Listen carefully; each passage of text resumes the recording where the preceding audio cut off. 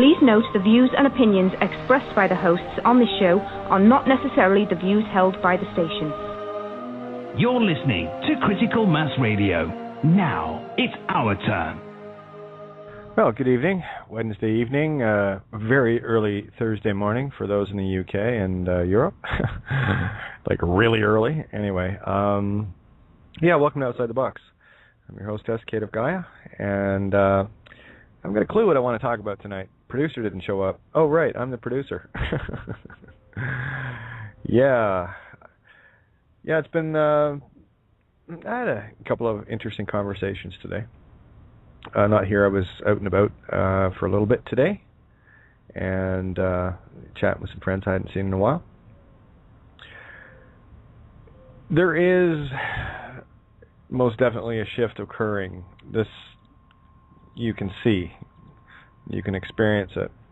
It's a problem when I do get out and about. I don't get much of a chance to, follow my yellow brick road where I like to on my notebook. You see, when I'm out traveling or whatever, it's very well. Everything in terms of following yellow brick road is you specific or me specific, right? I've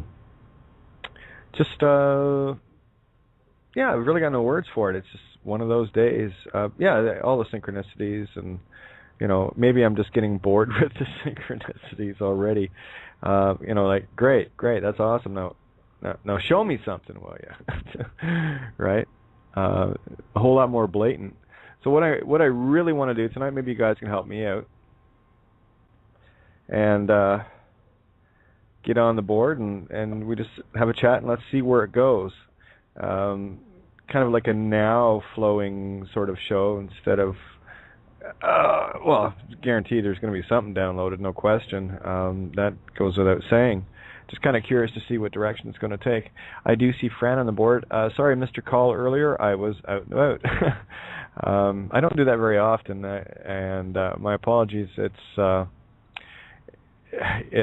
I mean that in the most,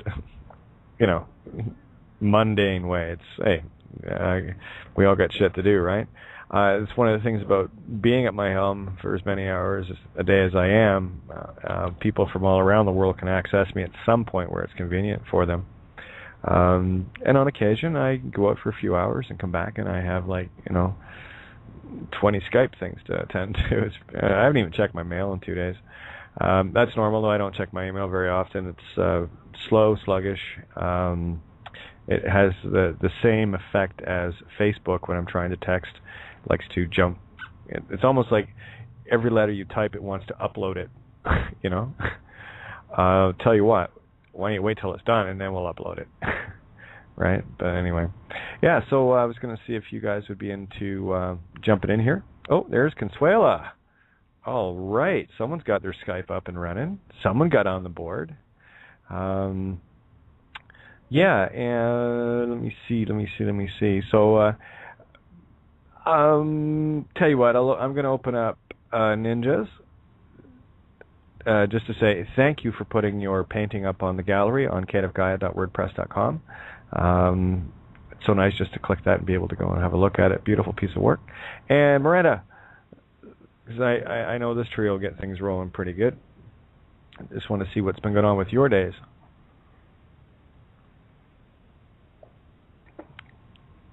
Anybody? Hello. Hi. There you are. How are you? I'm good. I spent my day dyeing stuff today. Nice. I dyed, in Duvay's tulip red, and it's come out a very lovely sort of pinky, rosy colour. Gorgeous in some tops. So I'm very happy. Nice. Yeah. Nice. Very nice. Oh, the priorities of life, eh? I love it. And we have Magnolia on, and I know that there's this little story to share there, and we're going to absolutely bring that in. Are you there, Ninja? Yeah, hi Kate, hi Miranda, hi everybody.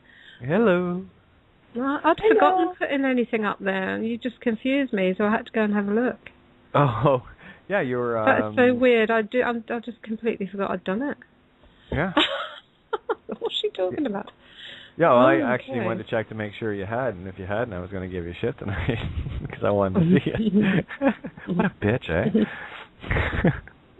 Just making sure that these beautiful presentations that people have get shared. And Kevin had tagged me earlier about, is it okay to share things on my Facebook timeline? Of course. If it's fear porn, I just delete it. So, and that also goes for any photographs that I would deem to be fear porn. Actually, I just got included in a chat that is fear porn, and it's what are the allegories, guys? And that's the thing, is I haven't had a chance to really go over it. It was regarding perfluorocarbons. I mean, this is 70s stuff, but again, it's movie set, right? And hey, there's that set word again, eh? You gotta love that. Was that the one we touched on the other night, Miranda? Yeah, it just keeps cropping up, setting the record straight. Yeah, no doubt, eh? And of course, French 7 is set. So there you go. You know, your absolute good and absolute evil are in the same sound, set. Right? 7 and Satan. That's everything's in the mirror here, equal and opposite. And the more polarized you get to one side or the other means, well, I'll tell you, you'll never find the yellow brick road. You can't be polarized and see it. That's it. Because if you are, okay, well, let's go to both sides of it. If you are stuck in a constant bliss and not seeing anything in contrast, I would probably hazard to call you delusional, and that's okay. They usually, they do interesting things with people that are in constant bliss, which, of course, is not right either, as far as I'm concerned, but I'm just trying to show a contrast. And others that are in constant gloom and doom, in the fear motif, can't see anything good. It's like someone that can't see anything bad and someone that can't see anything good are polarized to the extremes, right? You want to be able to see both sides at the same time, and that'll keep you right on the straight and narrow, on the Pacific Rim, if you, as it were, the rim of the coin, But yeah, so I'm very happy that you put that up, Ninja. Thank you so much for that. A little bit of a roundabout way to get there, but there you go.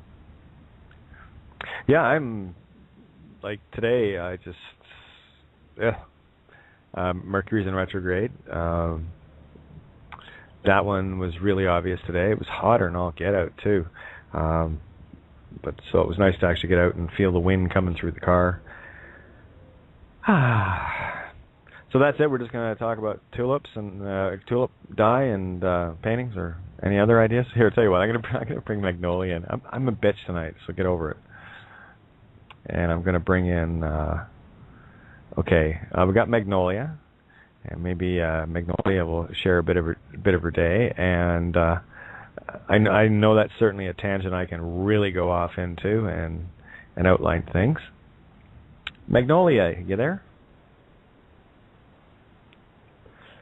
Come in, Magnolia. Unmute your mic.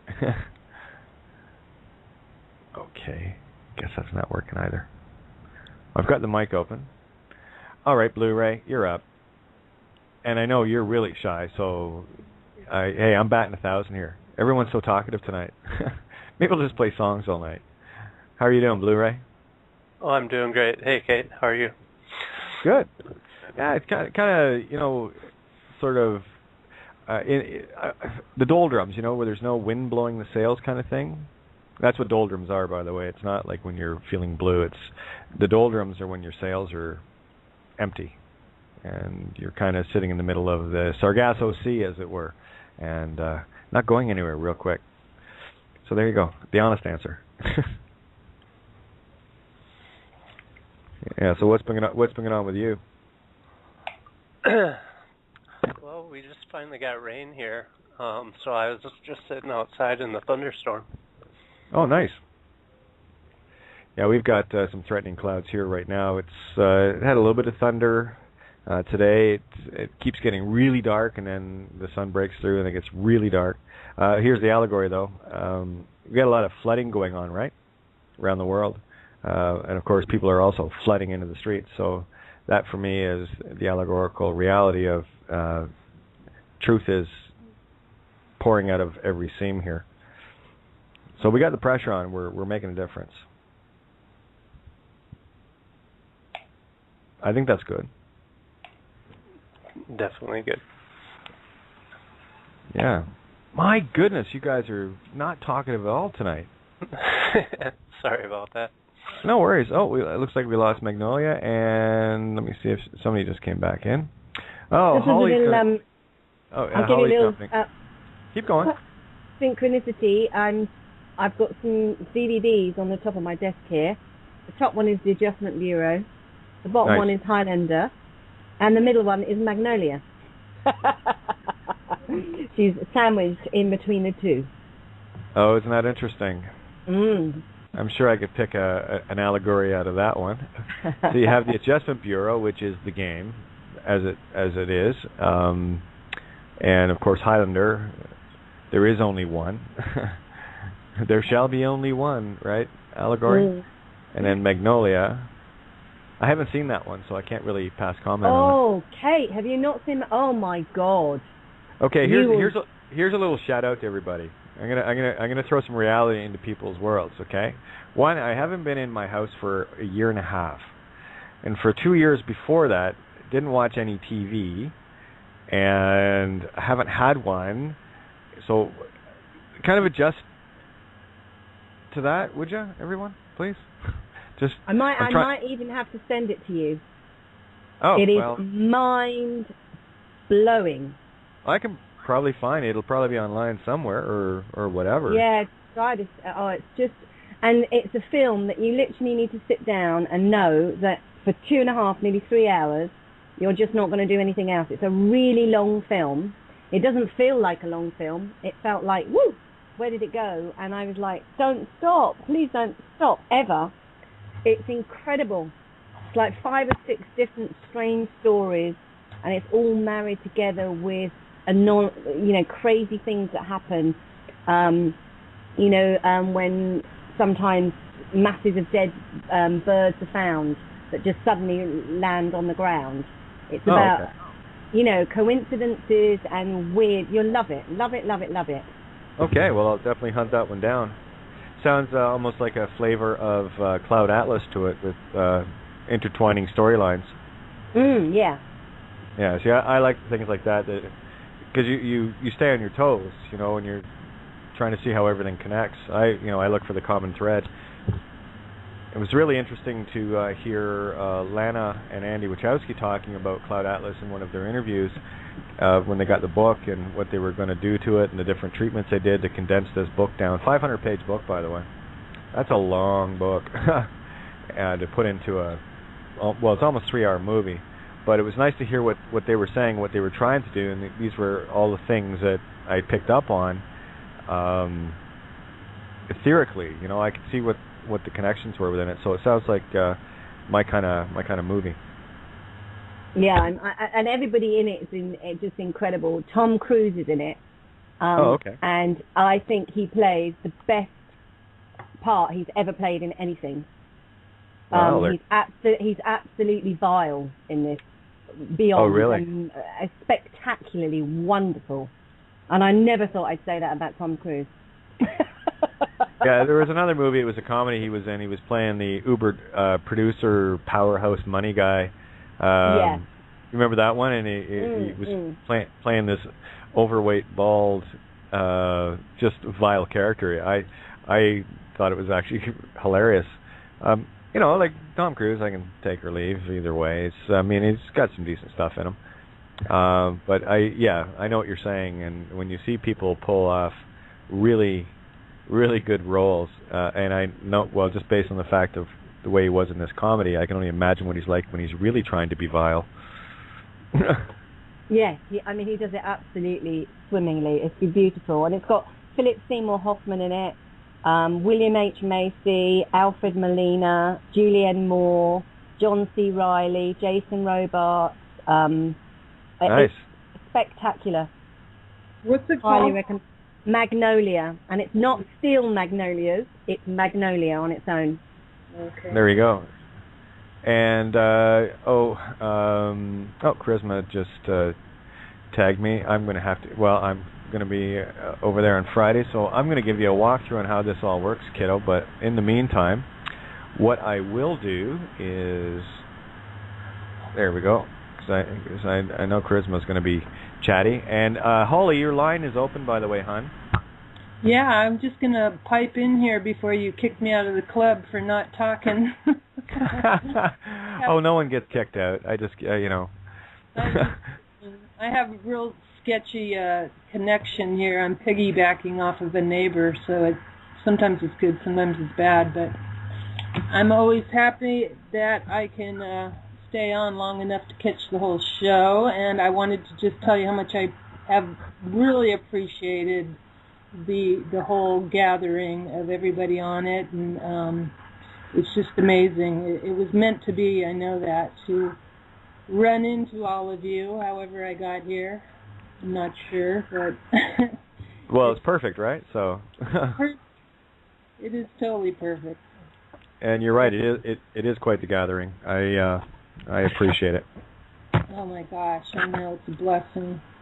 For sure. And then I was real inspired after Patty's talk the other night. That was really great. Got everybody kind of up and going on the processes that we should. Okay, one sec. We got someone making a lot of noise in the background.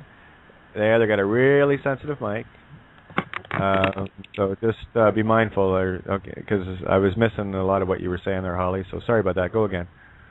Oh, just about Patty's talk the other night and how I think it really was just stimulating, and I do believe in the magic, and that's really what we need to be doing. We need to stop trying to deal with things on this plane and move into the higher places where we can get some things done, and I'm all for that. I've been looking for it, and I'm pretty worn out and tired of just listening to speakers and hearing the scary stories about our planet and all that's going on, and I just I would rather be a part of making some things happen and making a difference, and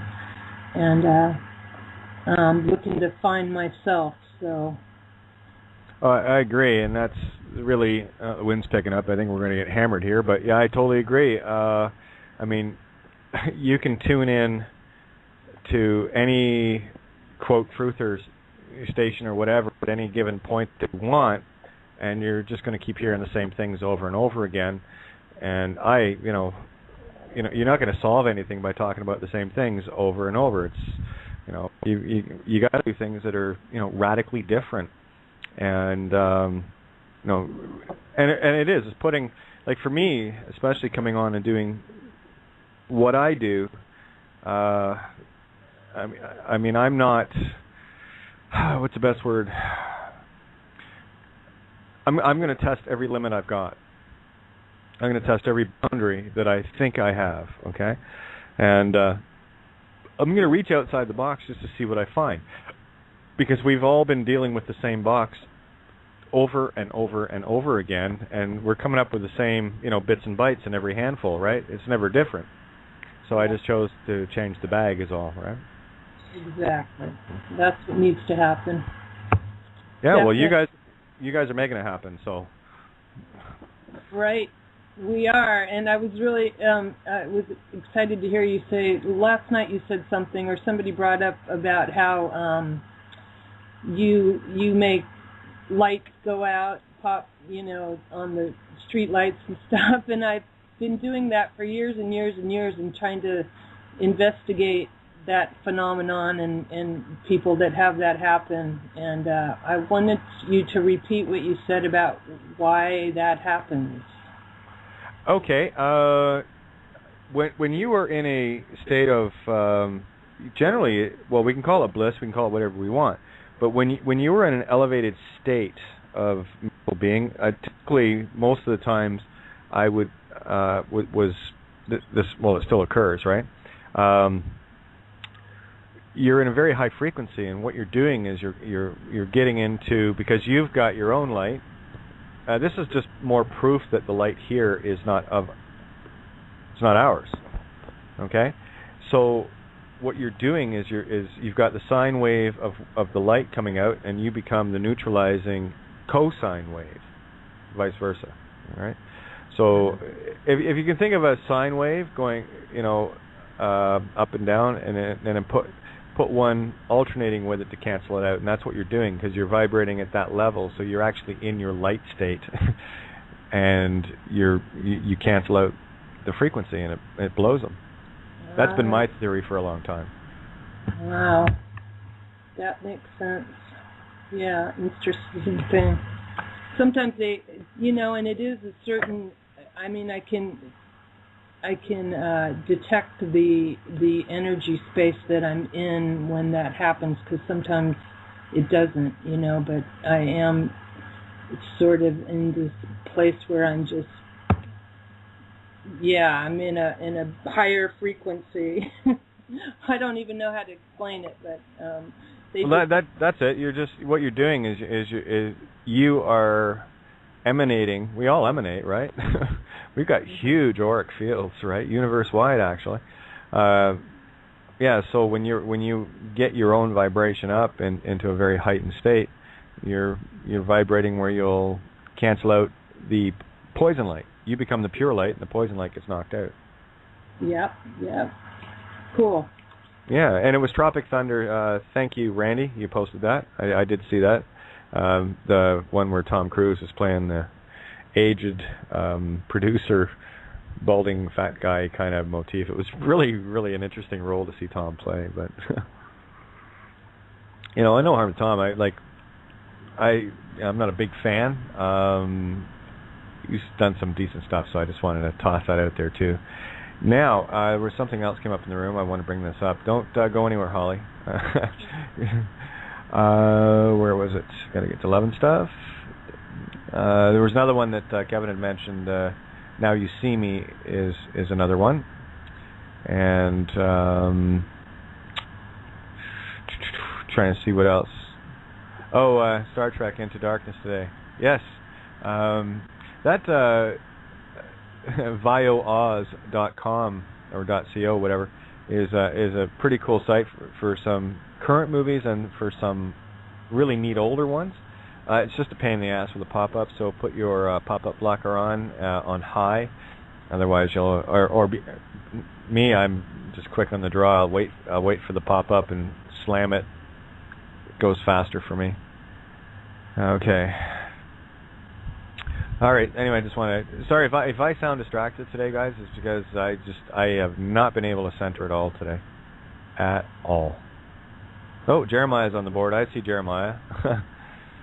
Yeah. So, but you're absolutely right, Holly. The gathering of people that we have coming in here. You see, this is one of the reasons. Like tonight, I was thinking before I came on, there was nothing just went blam like it usually does.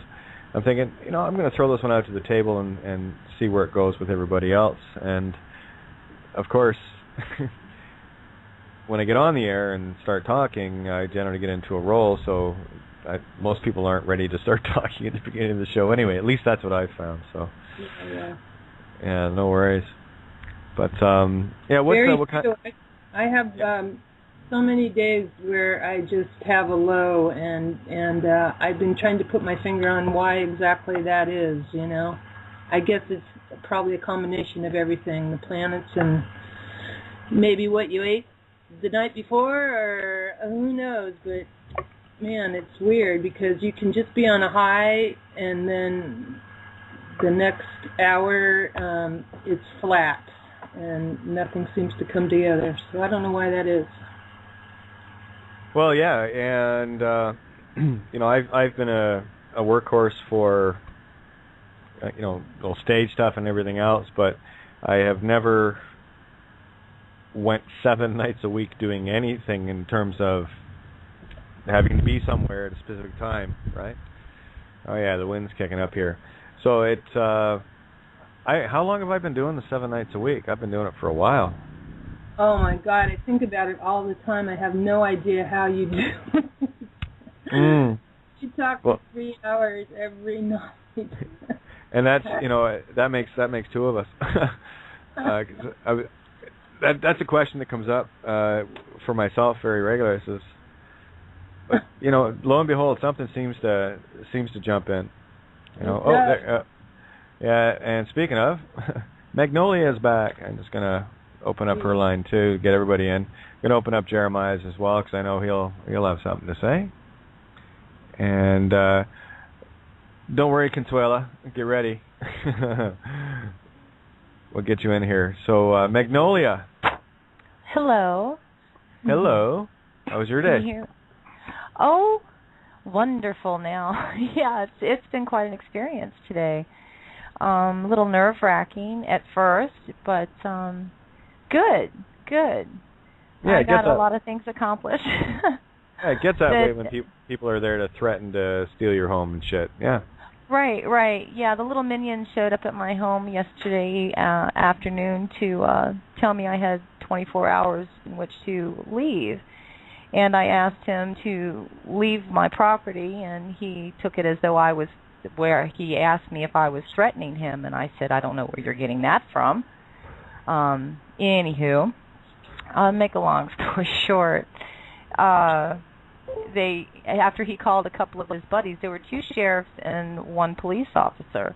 And I made sure I got their cards because I tried to explain myself to them. But, of course, they're just there to read the little piece of paper and walk away. Yep.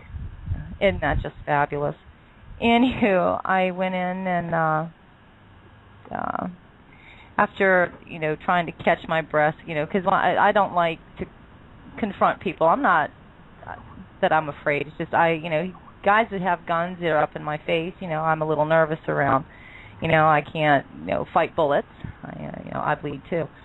So after I got myself together this last night and this morning, I doing my wee and trying to meditating as best I'm able to at this point. I'm getting there. And got up this morning and started making phone calls, sending emails to Secretary of State. Shoot, I even called the local county commissioners, a number of people, and then sent emails. And then I went up to the store today and faxed my I Who Shall Not Be Named, along with the lovely little paper that the gentleman at the sheriff's department decided to give me, or drop off at my home. Yeah, it wasn't for you. No, it wasn't. That's the joke of it. Yeah, that kind of came up in conversation. The poor man, I don't think he knew quite what to do. So I ended up calling the sheriff back this morning just to talk to him to find out, well, I've never experienced anything like this. All I know is that these people are lying. They've committed fraud. They are, attacking me, and they're using you to be their strong arm. You're their hired gun, and they don't give a rat's ass, about what harm you're causing me. And it took me a minute, but he was able to get nice, I guess, break through that little wall they have. Yeah, the meat stick exterior. Yeah. There you go.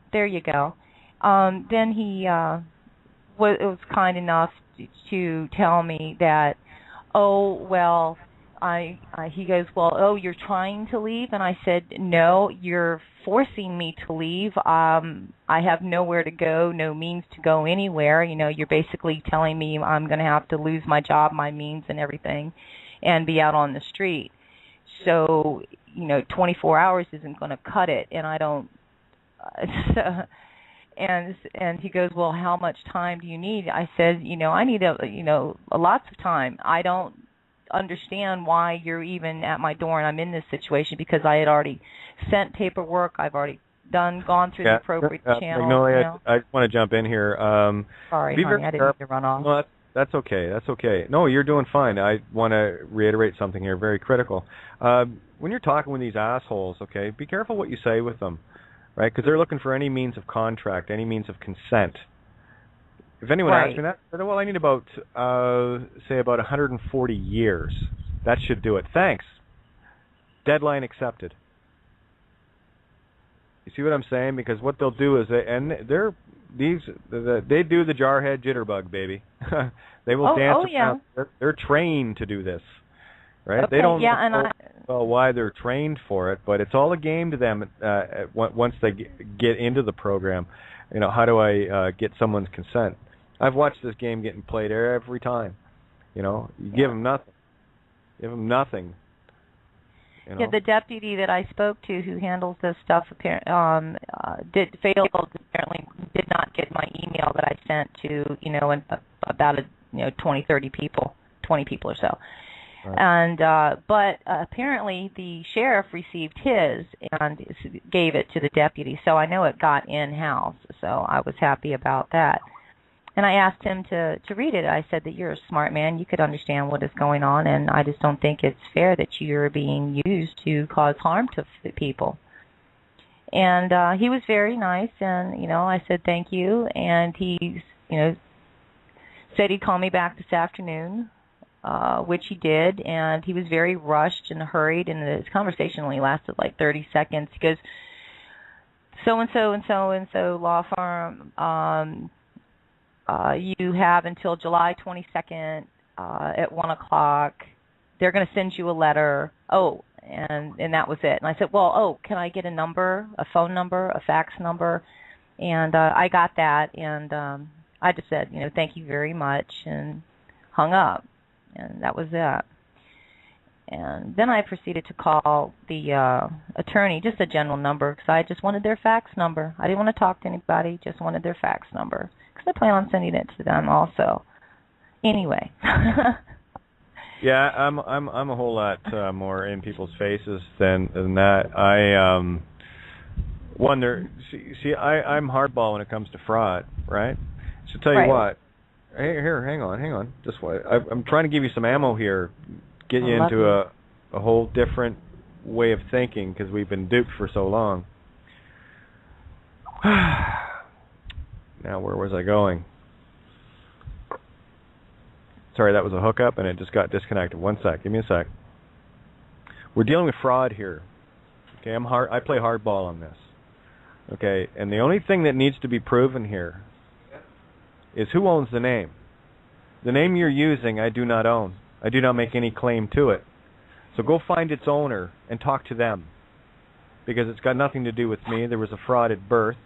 And you can send the information along, but it's very simple. Lawyers, they can use the copyrights in their names, but the cop can't. So actually, the fact that he's calling you, he's committing fraud within a fraud, right? And I very blunt and say, listen, the very name you think is yours isn't, and the fact that you're using it is you're in fraud as well. So you're coming to me with unclean hands to begin with. You have no authority. Because you're fraudulent in your title, in your office, and in the very name that you think is yours. Right? So that's the thing about anyone in the cops or anybody in the system. They're coming to you with unclean hands. The only ones that play the game at the higher level are the ones that have crossed the bar, that have been given the copyright use of it, so that they're not committing fraud by contacting. But the fact of the matter is, they're aiding and abetting others into committing fraud. So even being a bar member, sorry guys, it's not a bulletproof shield, because it actually takes you a level down. Because there is intent, forever intent to commit fraud by the very virtue that they've crossed the bar. All right, so I really need people to get this concept and start handing this shit back to them. This is why I'm telling people, outside of you, Magnolia, I know you've been busy at it, but find law firms and start firing these I who shall not be named. Long and short of it, just throw them into an email. I don't care if you know the law firm or not. Pick whatever town you're in. Pick a handful of law firms. The emails are easy to find. These guys are money hungry. They put their information up. I'll tell you, I know how badly I've scared a few government offices, because government offices that used to have their email address up don't have their email address up anymore. Yeah, I found that to be true. Right. That's why, a lot of them got rejected. Their servers don't accept them. I guess they don't. Well, because they don't want to have to deal with it, because once an email is sent, it's done. That's why it's called, no mail, but there's a dash in there that separates it. So it's not actually a prefix. It's got a hyphen there, email, right? Yeah. And it's like any other mail. I mean, when you get a reply back, what is it? General post failure or something? Yeah, I think that's what it was. Just like the post office. Pay attention to the messages and you'll see it. And I hate talking about their whole law thing because it's all bullshit anyway. But in their realm, an email is deemed mail. And we can go back to that, 1873, where anything sent through the mail is deemed to be contract with the intent to send it. Never mind who's getting it. It's deemed accepted upon being sent. Right? So you can send out whatever you want to anyone, and it's deemed an acceptable contract. And what about faxes? It's all the same. It's all the same. That's what I thought through the phone. Yeah, it's all the same stuff. So, and this is the thing. I don't know why people feel that they have to follow this rule and that. They don't. I make them up as I go along. I said that the other night. They do. Yeah, somewhere along the line you have lost all fear and intimidation of dealing with those people, and of course, we're all so conditioned to fear them and kowtow to what they tell us. But so any advice on how to have less fear and and them controlling us? Just baby step your way to it. You'll get through. And don't kid yourself. There's always like that. Where you just didn't have any fear of that, or did you get over it? No, that's what I was just going to say. Don't kid yourself. There's still some things that I have to work through, but I've taken a lot more baby steps than most people. That's the only difference. So I'm at a point now where I got that was powerless on their part, and that was powerless. That's why I tell people just fire emails off. Mm-hmm. I mean, how scary is that? Do you send email? Well, of course, everyone's busy doing their Facebook posts and all the rest of it. They can do that all day long, but put a LLC in front of it, and every limited liability corporation, and people go ooh hell. The first emails I was sending out were going to all these people. Like, right out of the gate. I'm talking the cops. I'm talking the Queen, the Pope, everybody. I didn't give a shit. The Rothschild. You just got to remember... I'm sorry. Oh, it's okay. I was just going to say, it's just about planting seeds, putting the intent out there. Right? Stay focused on the intent. Yeah, and as far as dealing with, the people, the minions, or whatever you want to call them, the people of these so-called authority figures, they put their pants on just like you and I do. I mean, there's not a their color, they bleed red too. They eat, they have families. They're just, so they're really no different than us, other than they've got us scared. That's what their fear. Oh, I know. Intimidation. That's why they use them. Pretty long. Yeah. Because they are just like us. That's why they use these people. But these guys that are doing it have no idea what they're doing. They think they're doing their job. At what point does legal and lawful replace right and wrong? And that's what's happened here, is the whole concept of right and wrong. You ask anybody about someone getting pulled out of their home because they've uncovered a fraud, which is exactly what I did on a grand scale, and you give them all the details, and there's no question as to what the real situation is.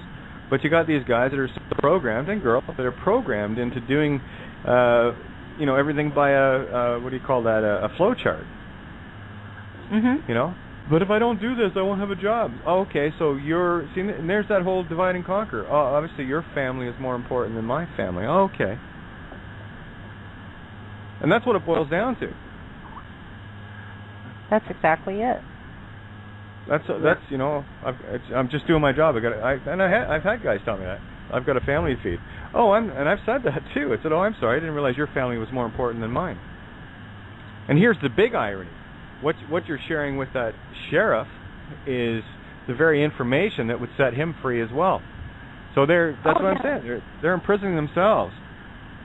Right? I made sure I made that little statement to him, and I said, you know, you're my neighbor, my friend. You're, you know, just the same as me. I mean, this is what is pertinent that's going on with me could happen to you also. And I said, you're a bright man. You should, read that document good. You'll understand. You got it. You'll figure it out. Anyway, and I was just very pleasant with him and hung up. But the county commissioner was a different story. He's going to stand by and let the officers do what they're supposed to do, what they're paid to do, because they're all tied in and they all pay each other, Sorry. The first question I'd be asking the county commissioner is, I'm sorry, sir, are you a Mason? By any chance, are you a member of the Masonic? Actually, do an investigation. You got his name, you can find out. And if they are, they're in direct conflict of interest. That's the thing. Anyone that is a bar member and a Masonic Lodge member is actually in a conflict of interest. End of story. You can't do both. Yeah. Yeah, this is an interesting little town. I did some digging history on it just to see where I was, since we were supposed to look into where we were born, why we're here, and all that. That was, cool. I encourage people to do that too once they get going. See where you are. Yeah, but again, getting back to the fear thing. Yeah. It's. I mean, you're handling it step by step.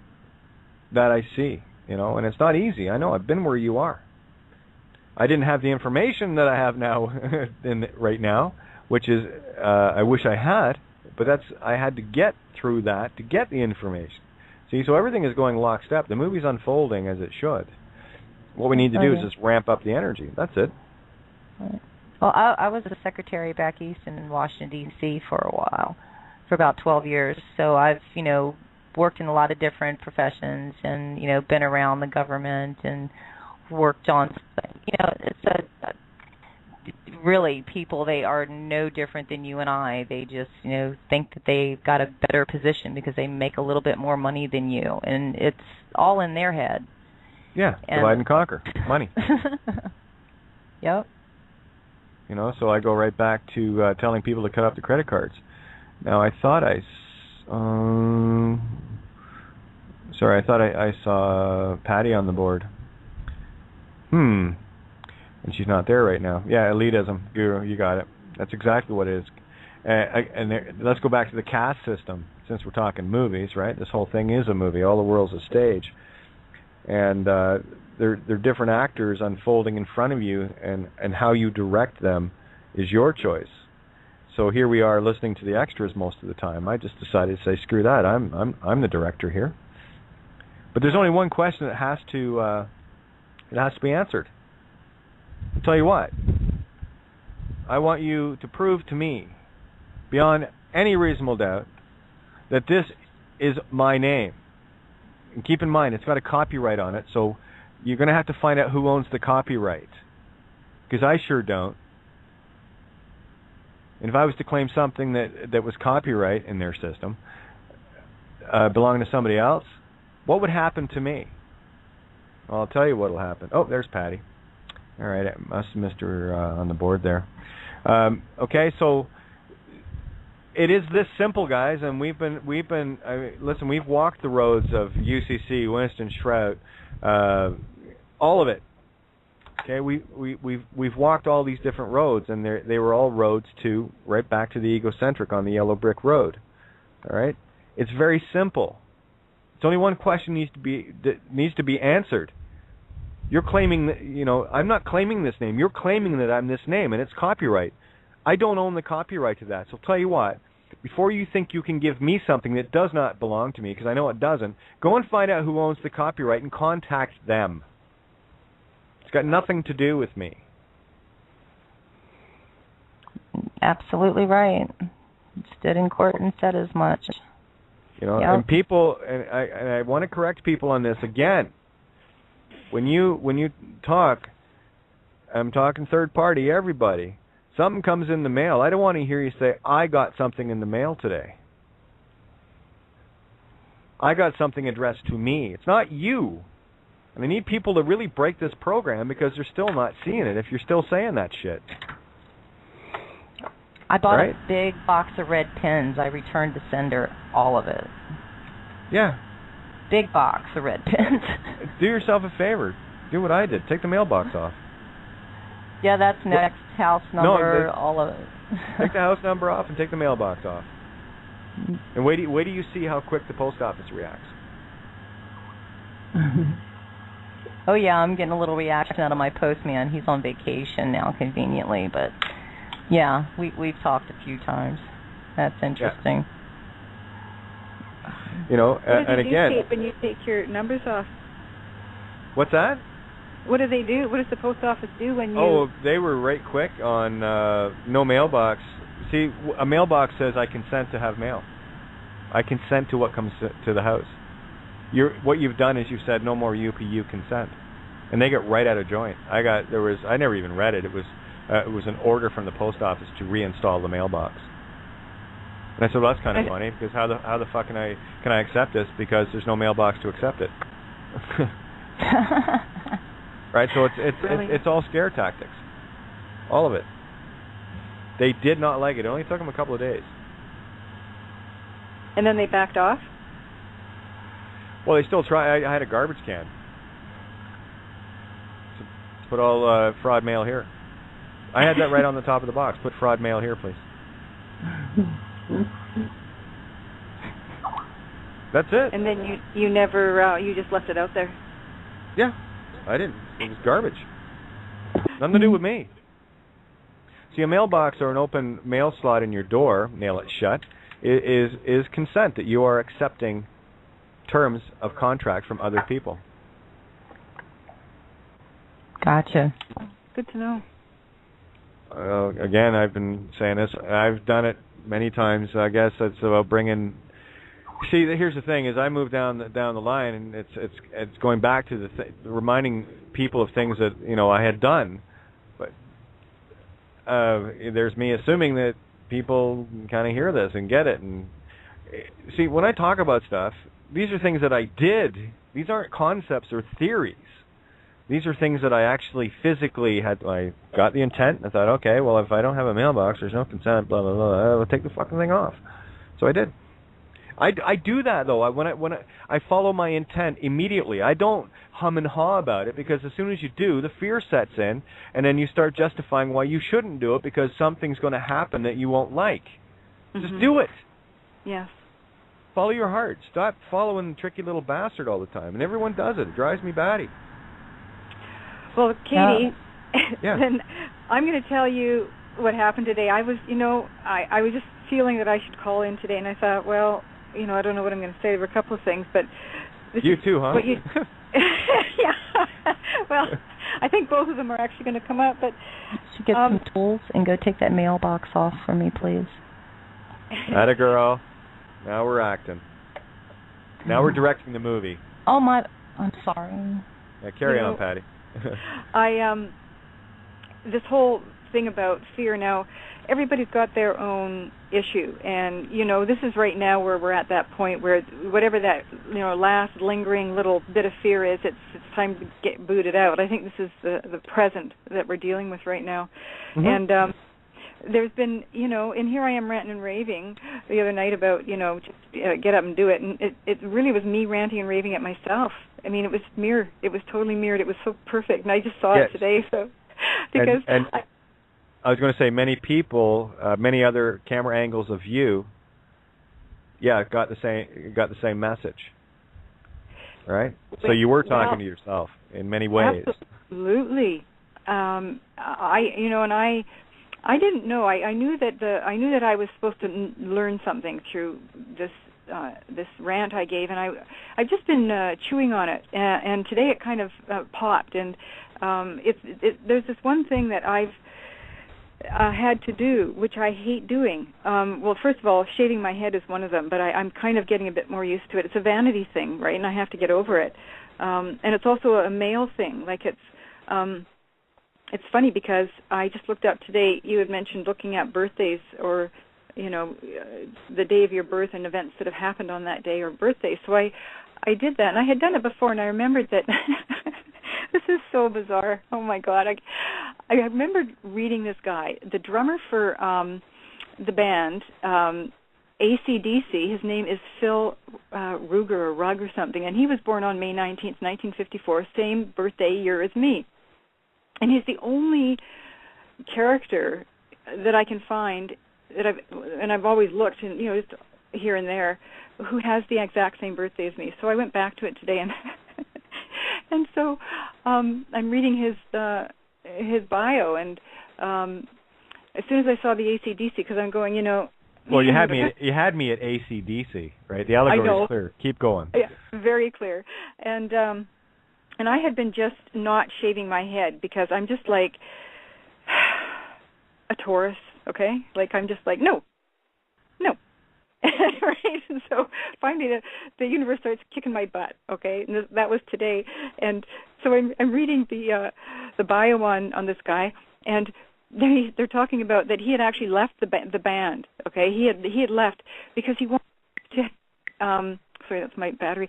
Because he wanted to spend time with his family, and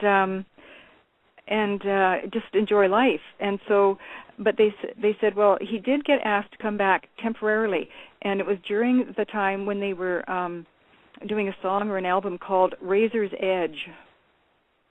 And I'm like, okay, yeah, I got about 2 days growth here, I guess. I better get the old razor out, eh? Not only did I not want to shave my head, and I was really obstinate about it. By the way, my head is shaved now. I figured as much. Yeah, I Keep know. going. Yeah, you got to practice what you preach, right? So the other thing that I was very, very resistant to do, which created fear, and it was for no reason. I mean, it was just a really crazy thing, and I've been resisting it. And today, the universe just came down on me, and I said, okay, you know what? I said, I am so sick of feeling like shit. I said, I'm going to do what I know I'm supposed to do, and I'm going to go beyond it. In fact, I'm going to one-up you, because you tell me, you know what I did? You know what I had to do to break this? Keep going. I had to pack because I'm living in my friend's home in a basement suite, but they only have a shower down here, so I've had cancer in my back and bones and everything, and I'm in so much pain sometimes that I need to soak in their bathtub. So I get the Epsom salts and this and that, and there's been this whole collection of things that have happened, and it's all about joining the dots. And if you don't follow something to the end where you're supposed to, let's say you just go, well, I'm not going to do it or whatever, you will not have that connection of energy that's going to connect you to your next open door. So the thing that I'm learning is that it's critical to finish, to start where you finished.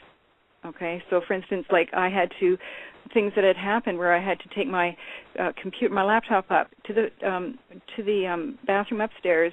I have to smoke cannabis for pain, right? So I had to take my little cannabis thing up. And there's a whole collection of things that I was doing. Well, I didn't want to do them all, and so I stopped doing them. Well, I got a kick in the butt today going, okay, you either do this, your time's up. And I keep seeing time all the time, watches and time, and I'm like, okay, all right. So I just go, okay, you know what? The last time I remember when I finished the whole thing that I had to do, there was nobody home at this time when I was up. This was like a month or two ago upstairs. And what I did is I had forgot something downstairs, so I knew the universe was telling me to do this. I know it. I had to go naked. Okay, and this is not pretty, okay? I had to go naked. No, come on. Keep going. No, truly.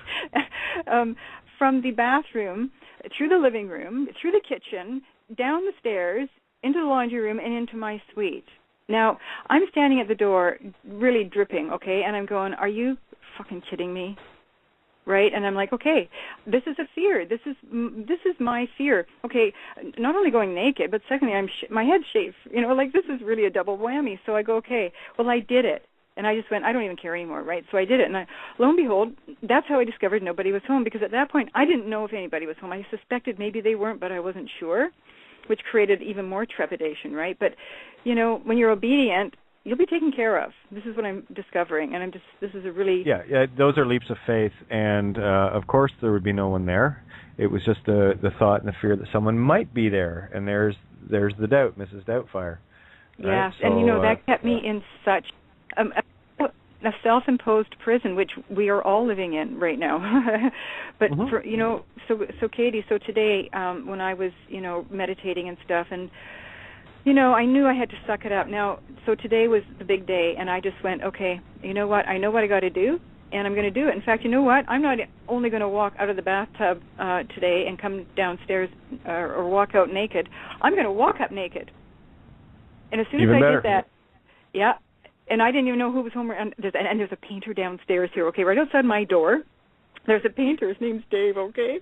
I can hear him. He's like, I can almost hear him breathing. He's that close to me. I'm like, are you freaking kidding me? Like, the guy is right there. I don't know. I'm going, no way, right? Well, I go, I am. And the universe said, okay, put your underwear on. You can go out. So I go out. I had to do my laundry, and I was sort of waiting, and I was just feeling that sense of when I should go. It's all about timing, right? And I'm sort of waiting, and I'm going to, I'm saying, okay, just give me a sign. I'm ready. Like, I'm standing in the kitchen naked, and I'm just got my laundry basket waiting to go. And I was just, okay, anytime now. And I think when you do that, you reverse it. Like, I'm just really anxious to get this. It's not because I wanted to. It's because I just wanted to get it over with. But I think the universe saw it as maybe the same thing, right, because I'm really pressing towards going. Well, I just went to hell with it. I'm going anyway. I don't give a shit whether he's there, because I wanted to go. Well, sure enough, I opened the door. There's nobody there. I can hear something upstairs. It's his boots. He's upstairs painting in the kitchen upstairs, and I'm downstairs doing my laundry. I come back in. I put my soap in. Took my time thinking, okay, I'm just going to mess with you and see how good you are. I took my time, which really, that's really a double leap of faith, because you're really pushing the envelope, right? But it worked. I mean, I just went merrily back into my suite, and within a minute he was back downstairs. There was that window of space, and I had to walk this out today, and cutting my cards was nothing compared to this. Nothing. You're testing the invisible boundaries, and the only boundaries that are there are the ones you put on yourself. In your mind. And so, I ended up leaving, I kind of sit here when I was packing my stuff, because there are certain things I have to take, and there are things that if I don't take and I get in the tub, I got to come back down and get them, and I'm, I know the game, okay, so I'm going to work it.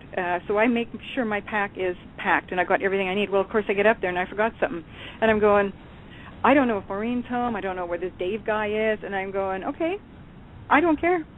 And I walked naked downstairs. I didn't give a shit. I went, you know what? It's going to be worse for you to see me than for me to see you, and I can assure you. Yeah, what you're describing is actually a lot of the walk that I've had. That trepidation of self, and you want to talk baby steps. Yeah, I can give you a list of baby steps that would knock your socks off. In terms of being me, just being me, right? Never mind all the other stuff that people take for granted, and that's what I'm.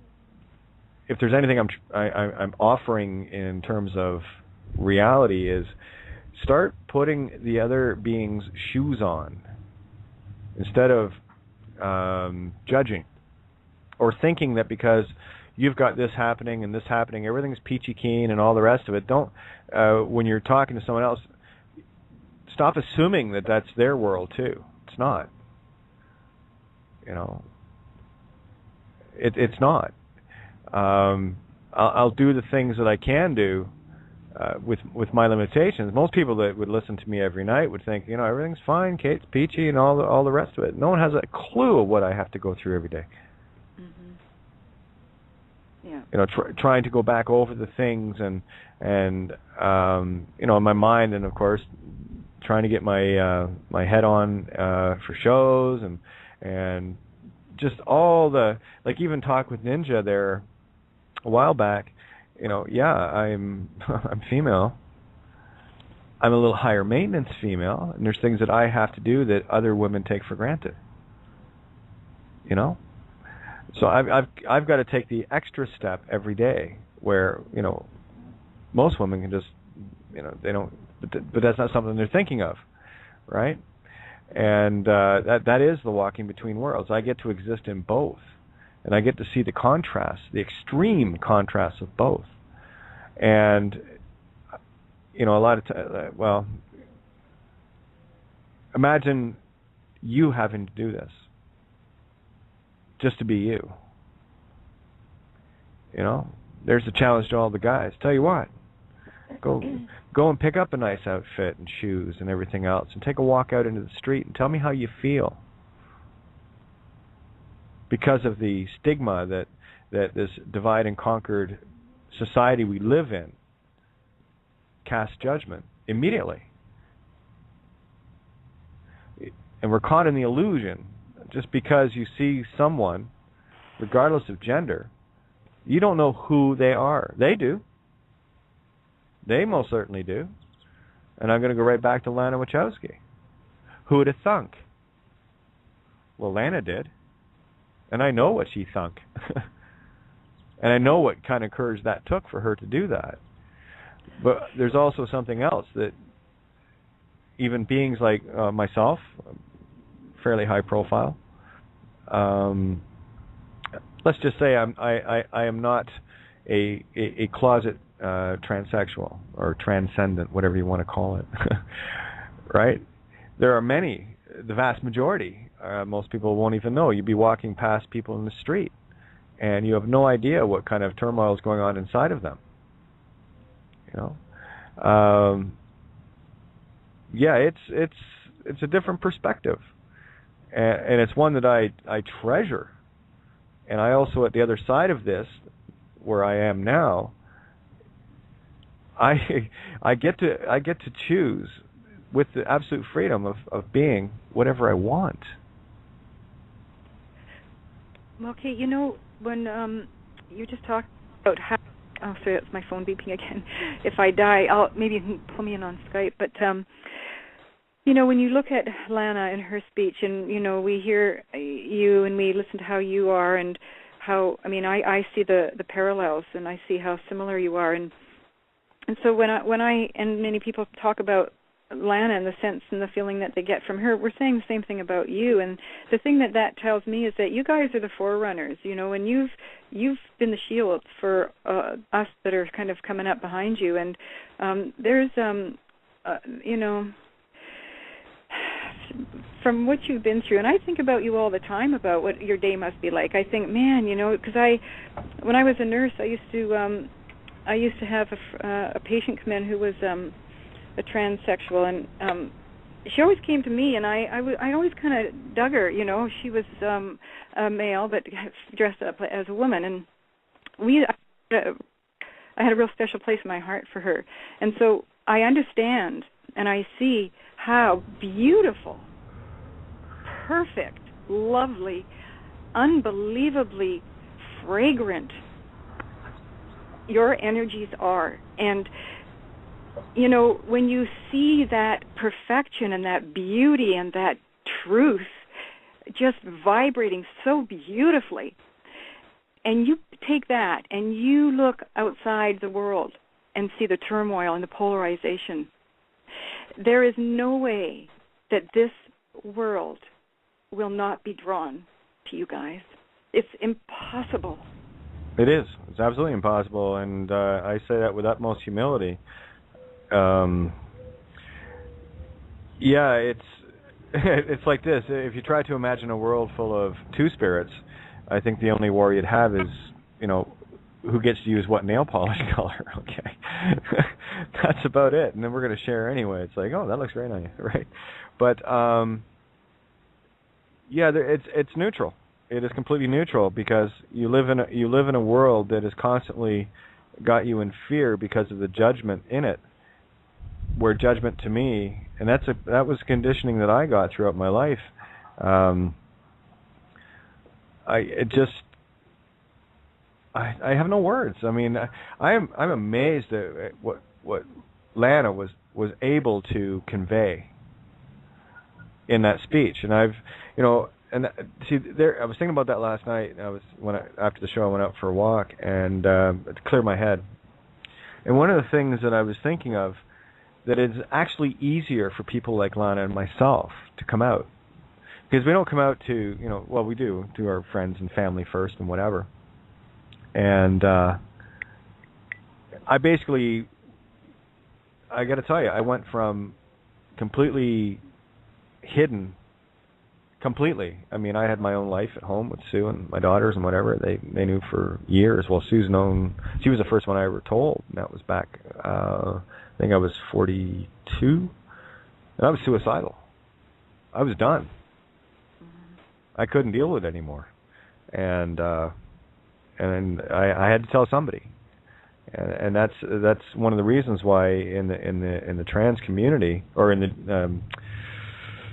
the GBLT community, that's the gay, bisexual, lesbian, trans community, trans have by far the highest suicide rate. By far. The second doesn't even come close. Right? And that's because of the judgments of society. It is, and again, this is not a victim thing, guys, or look at me and how powerful. No, this is a reality. And what people see in it, as far as, you can call it courage or whatever it is, I still can't see it that way, because I'm still living it, you see. So I am too close to the forest, the trees, and the wood to really be able to convey that accurately to anyone. I know that sounds kind of weird, but the best observer of me is someone outside of me, because I've been too judgmental of myself for my whole life. Right? So that's why I can be neutral, and there is a gift in there, though. There is an amazing gift in there, and it is very. It's neutral. There is a peace within it, in as much as here's the contrast. In this absolute war within ourselves, we know absolute peace, and that's what we're trying to share. The contrast.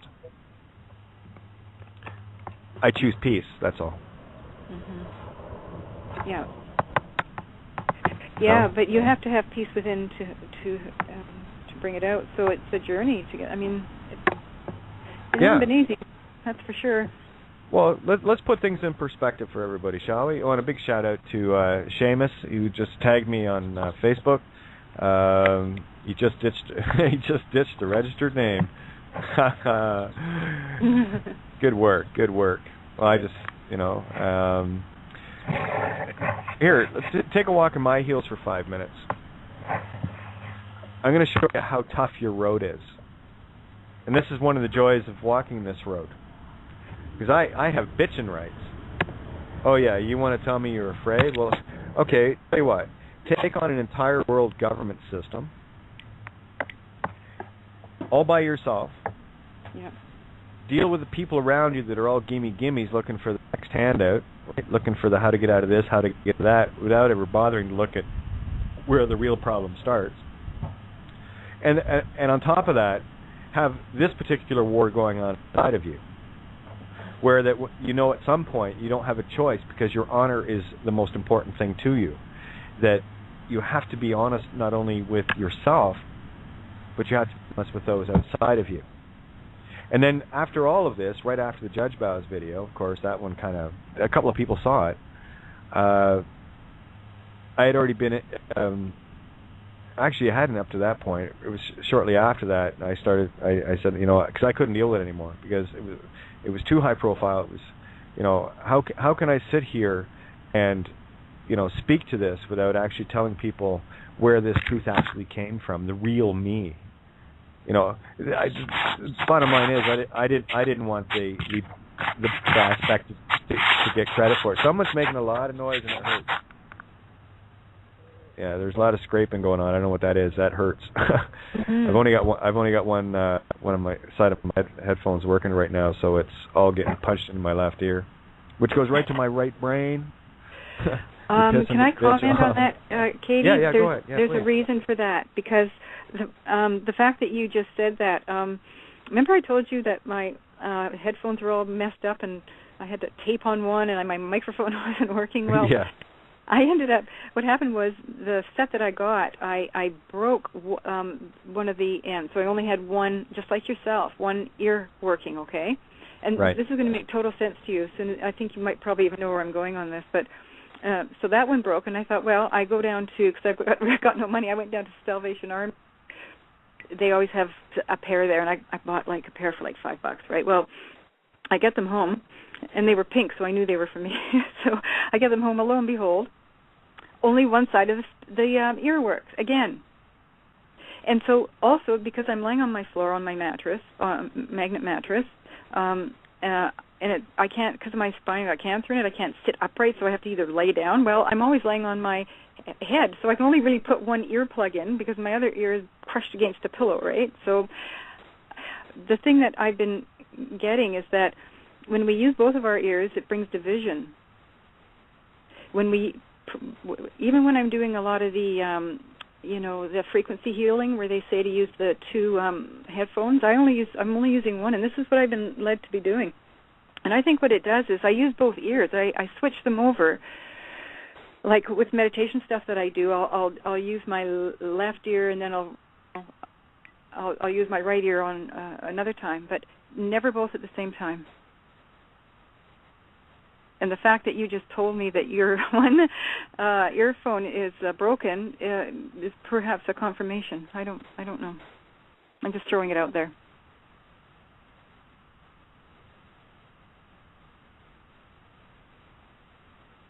Hello? Sorry about that. I unmuted and it muted it again. Yeah, it's all things for a reason. Absolutely. No. That was. Yeah, my computer likes playing tricks on me sometimes. Yeah, because I unmuted and it was clear, and then I started talking and it muted. So there you go. But all things for a reason. That's something that. See, there's something that resonates with you. And you get to share it with everybody. It makes sense. And the fact that you had just said that, because I've been doing this with the one ear for a couple of weeks now. So, and I haven't been led to change it. So I'm sticking with it. So. No, good stuff. Good stuff. Again, this is. I think if anything that I really want to touch on tonight is let's get rid of the fear, guys.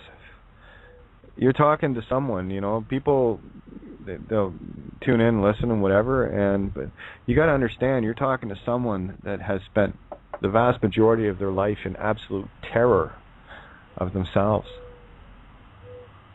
If I can do it, all you big tough men can for sure, because I'm only half the man you are, and all you big tough women can too, because I'm only half the woman you are, you see.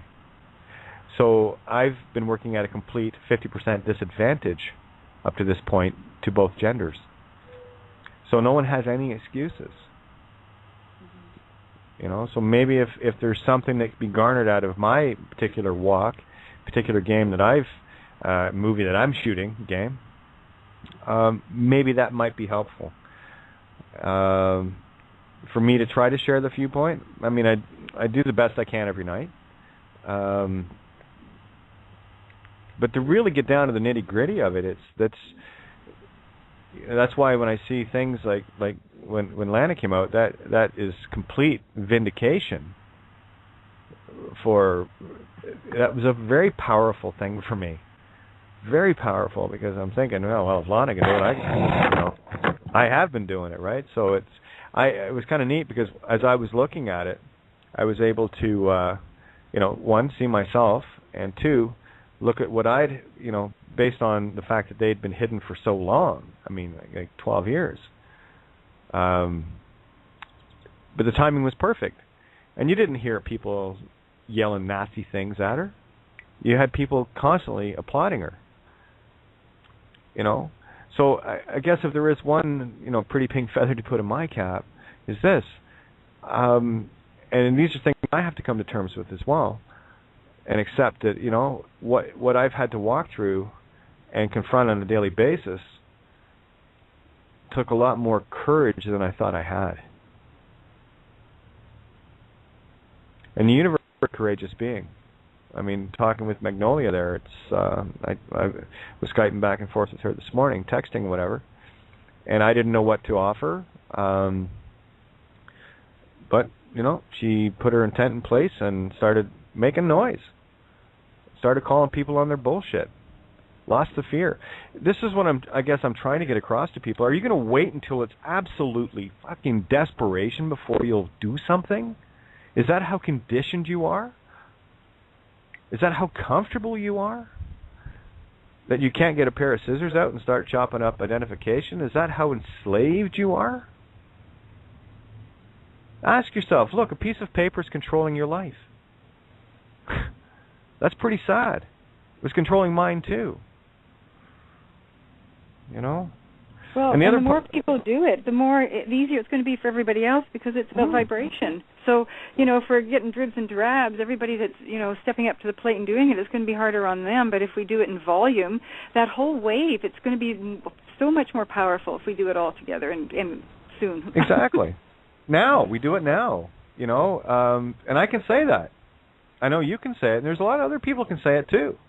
Mm-hmm. It's just the rest of the people we're waiting for. What's keeping you? I can't wait. I mean, think of this. Just if people can get around their heads, it's just like you're taking your power back. And, you know, just picture yourself. Put a vision in your head. Play it out like a movie so your brain gets used to seeing this and used to this information. Just picture yourself. You know, you're driving your car without your license plates. You got no insurance. You got nothing. You just got your birth certificate, and a cop pulls you over. You know, and you roll down the window, and he goes, "Can I see your whatever?" And you go, "No." And he goes, "Get out of the car." I go, "No." You know what? They can't do anything. This is so empowering. I would think everybody would be jumping on the bandwagon to get going on this. Well, you know, that whole taking back your own sovereignty, if for lack of a better word, taking back your own power, taking back your own life, that's a scary proposition for most people, because they're still waiting for the nanny state to wipe their bums. There's still something in the system that they're clinging to that they cannot let go. And when people, it's like, take your driver's license, for example. Okay, one, you're committing a crime by having it, all right? So there's the fact. You cut your driver's license in half, look around you and see if your world completely collapsed. No, it didn't, actually. Oh, okay, we'll pick something else up and cut it and see if your world still falls apart immediately. And stop manifesting the whole concept that you're actually going to need it. The fact that you have this intent that you need it is reinforcing the manifestation in your movie. I lost count of the number of cops I passed today. A big smile on my face, hair blowing in the wind. You know? I don't have consideration on it. And it's the fears that are going to keep you manifesting this crap over and over. You're going to keep playing the same movie rerun. Have you not had enough of the deja vus yet? Been here before, same timeline. Better fix that. You know? So it's baby steps. I've said it in the past. Start with stop using credit cards and debit cards. Cut the damn things up. You're a slave to them. Stop using the things that the system wants you to use to be digital, you know, ether. That's the next step, right? Get you right back into the ether. If you're not using anything physical other than a card, it's just transferring all the energy through the ether. That's when you're completely enslaved. Completely. Money's bad enough, but as soon as they get it to that point where it's cashless, right? And it's drip by drip conditioning. And they keep making up these new little laws every day, hundreds and thousands of them. To do what? To control you. I don't know. How much longer are you going to put up with it? How much longer? You know, there's things, little things that everyone can do every day. Imagine putting, $1 a day away and leaving it alone. At the end of the year, you got $365. You didn't miss it. But it's a little hard to think of what you can do with $1 versus 365, And I'm using that only as an example, right? If you make one intentful choice today, by the end of a year, you've made 365 of them, and if you don't think your world has changed by that time, you got issues. Because everything you do that empowers you, everything you do that changes your paradigm. And we've been beaten down so long. It's like, guys, how long are you going to sit in the stroller? How long are you going to wait for someone to say it's okay, you can do that? Or are you just going to stand up and do it? And that's what separates the wheat from the chaff. The only one that can do that's you. I can't do it for you. And every day that keeps going on, and Patty, you're in the same boat, and so many of us are. We're trapped in your fear.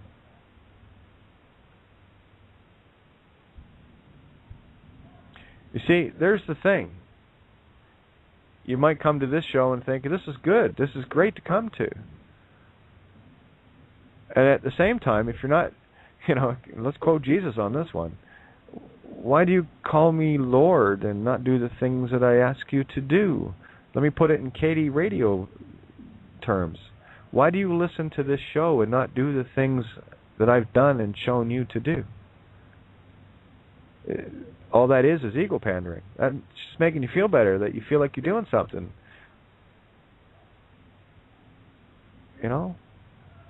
What are we doing?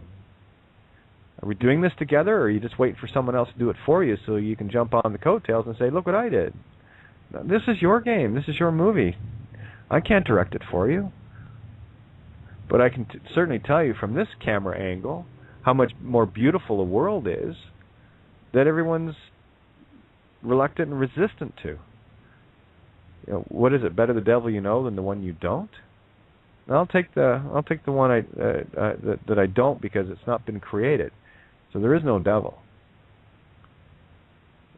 It's like what Magnolia was saying about Calden Sheriff and talking to these guys, right? You're dealing with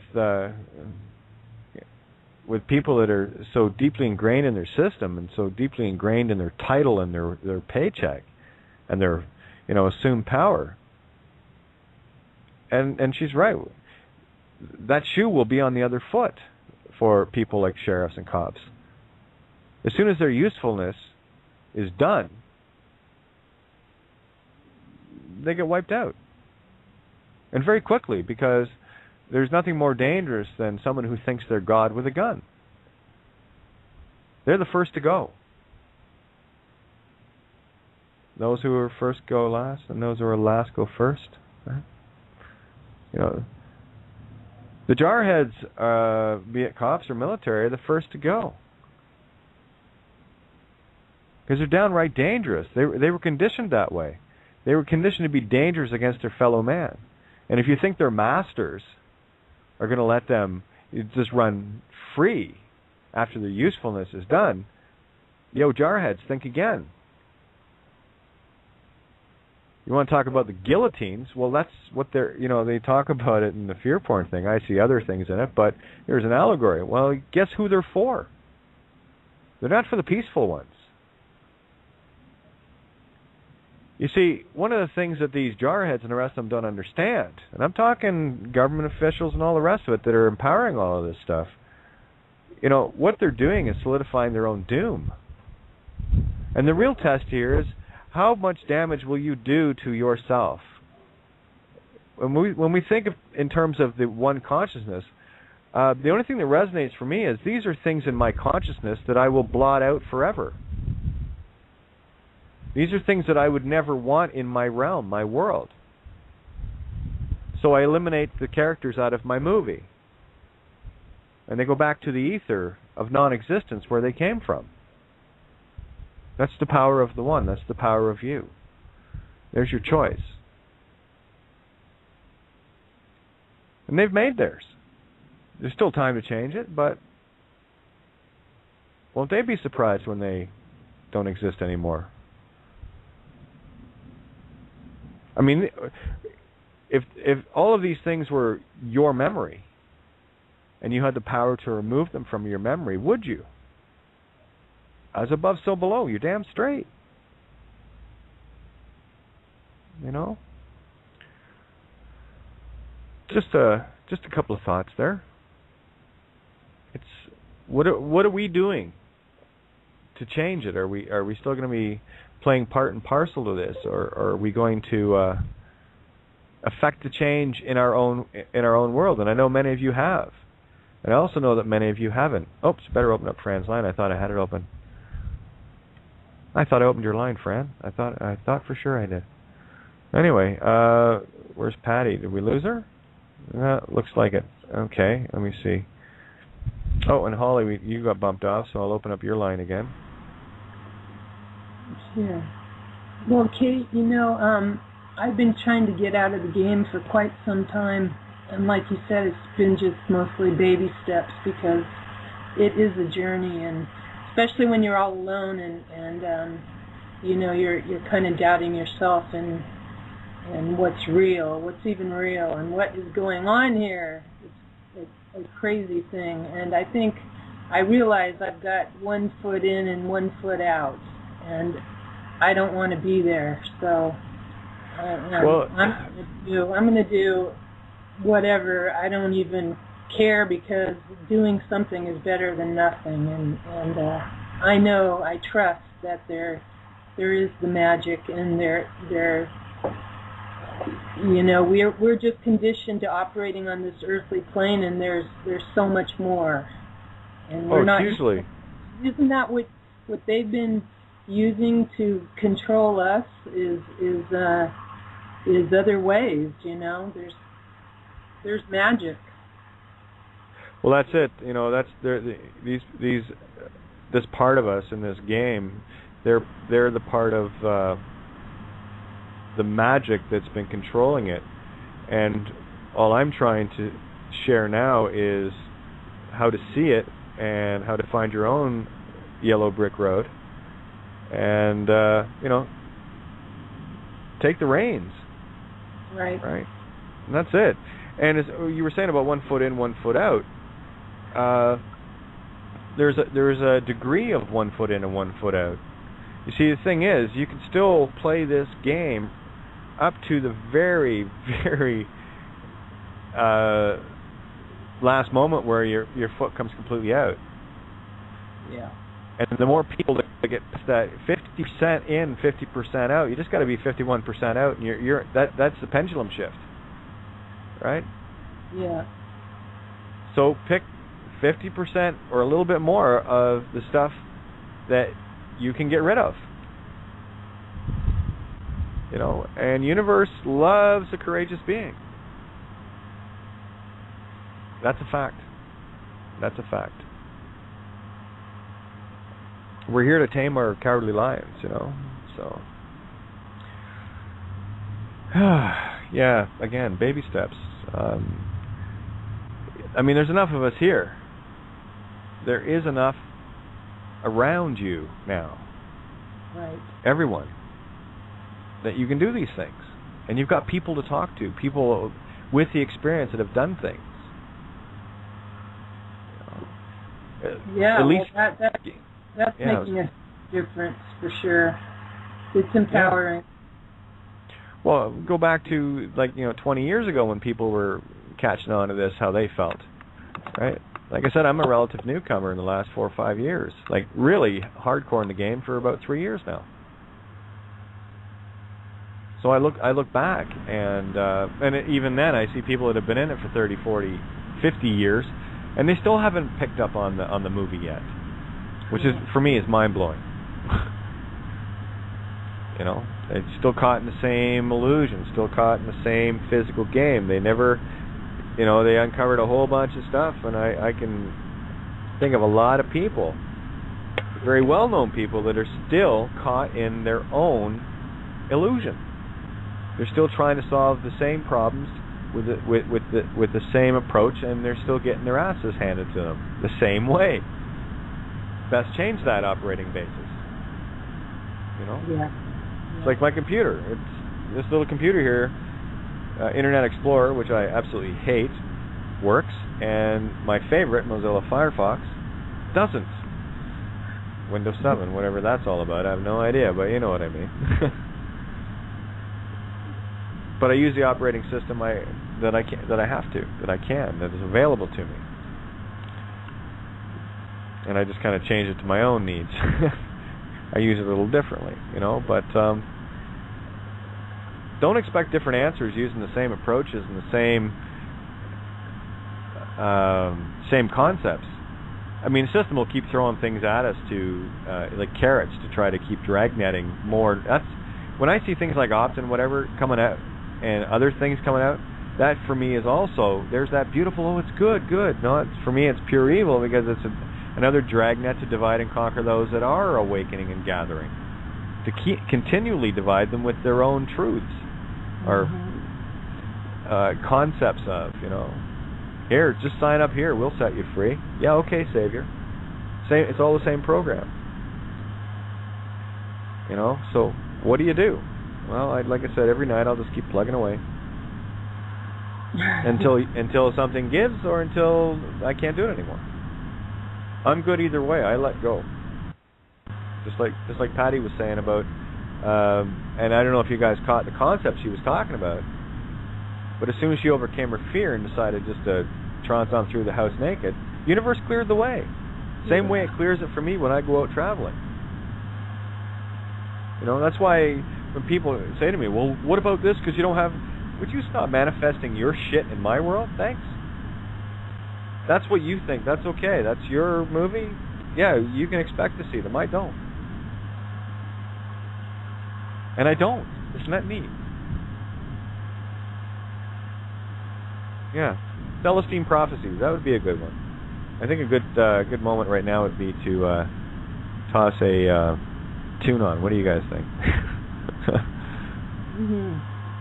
I'm just in the mood for a song. Oh, I got asked to play this last night, so I'm going to play it tonight. Vincent, I think, asked for this. So if it was, this one's for you, Vincent.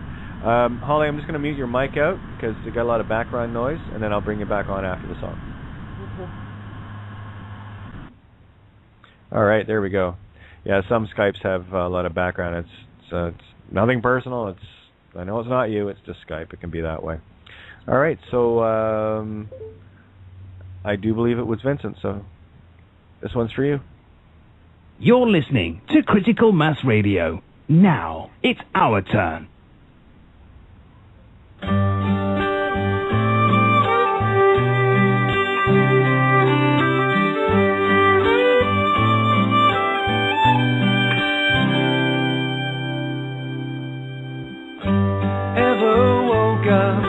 Just can't get much better.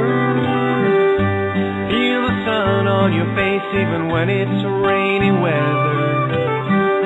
When nothing matters, just as long as we're together.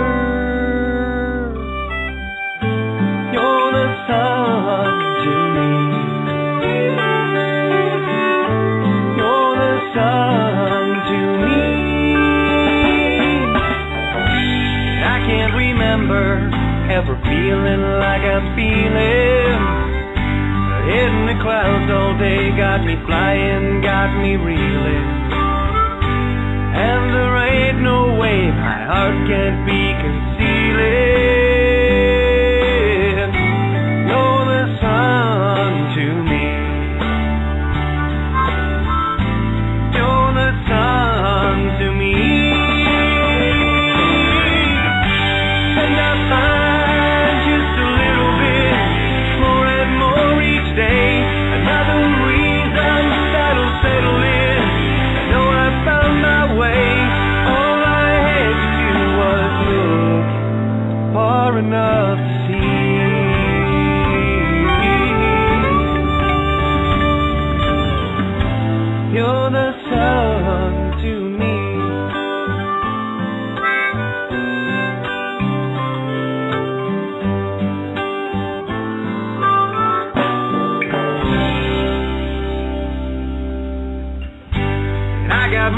reasons they won't need explaining.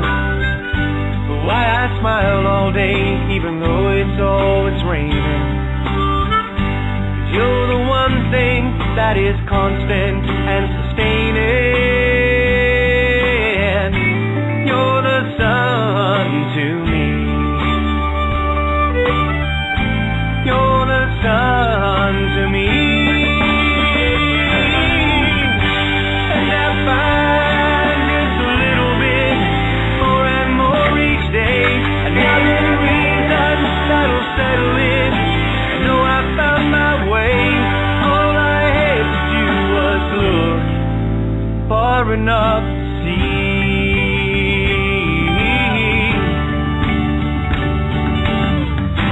You're the sun to me. And I find just a little bit more and more each day. Another reason that'll settle in. I know I found my way. All I had to do was look far enough to see.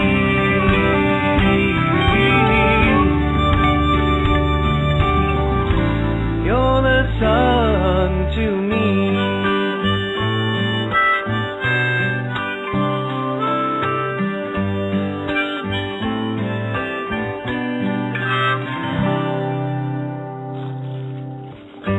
Ever woke up when it just can't get much better?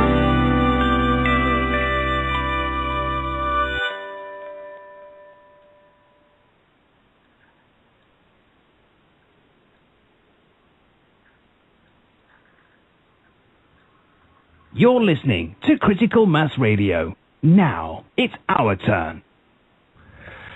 There we go.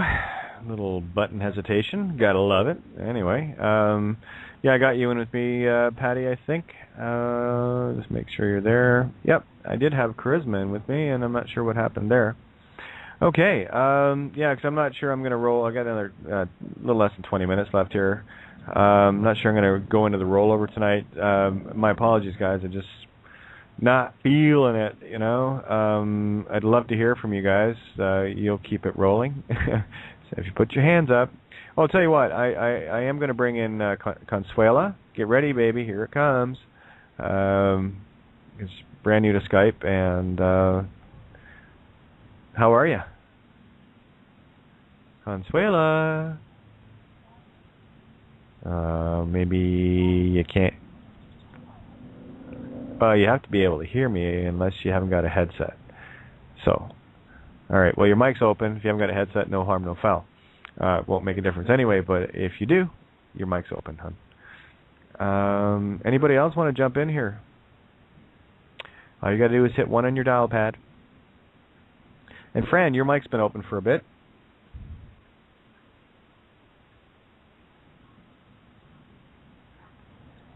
Am I still on the air? Patty, you there? Yeah, can you hear me? Yeah, loud and clear. Oh, good. Okay. Thanks for pulling me in. My battery died again.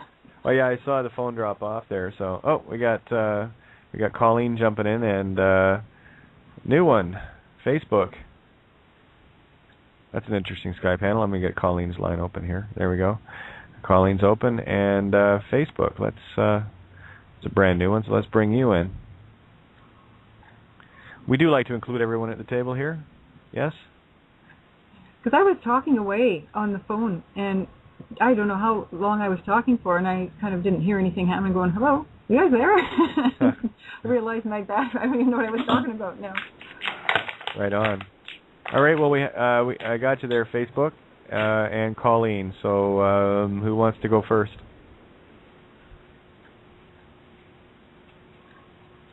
Hello. Hey, Colleen. I was going to say, not everybody at once now. Don't be excited or anything. I was waiting for Facebook. I know, we're so polite, aren't we? Yes. Hello, Kate. Hello, How are everyone. You? Hi, Patty. Hi. I'm good.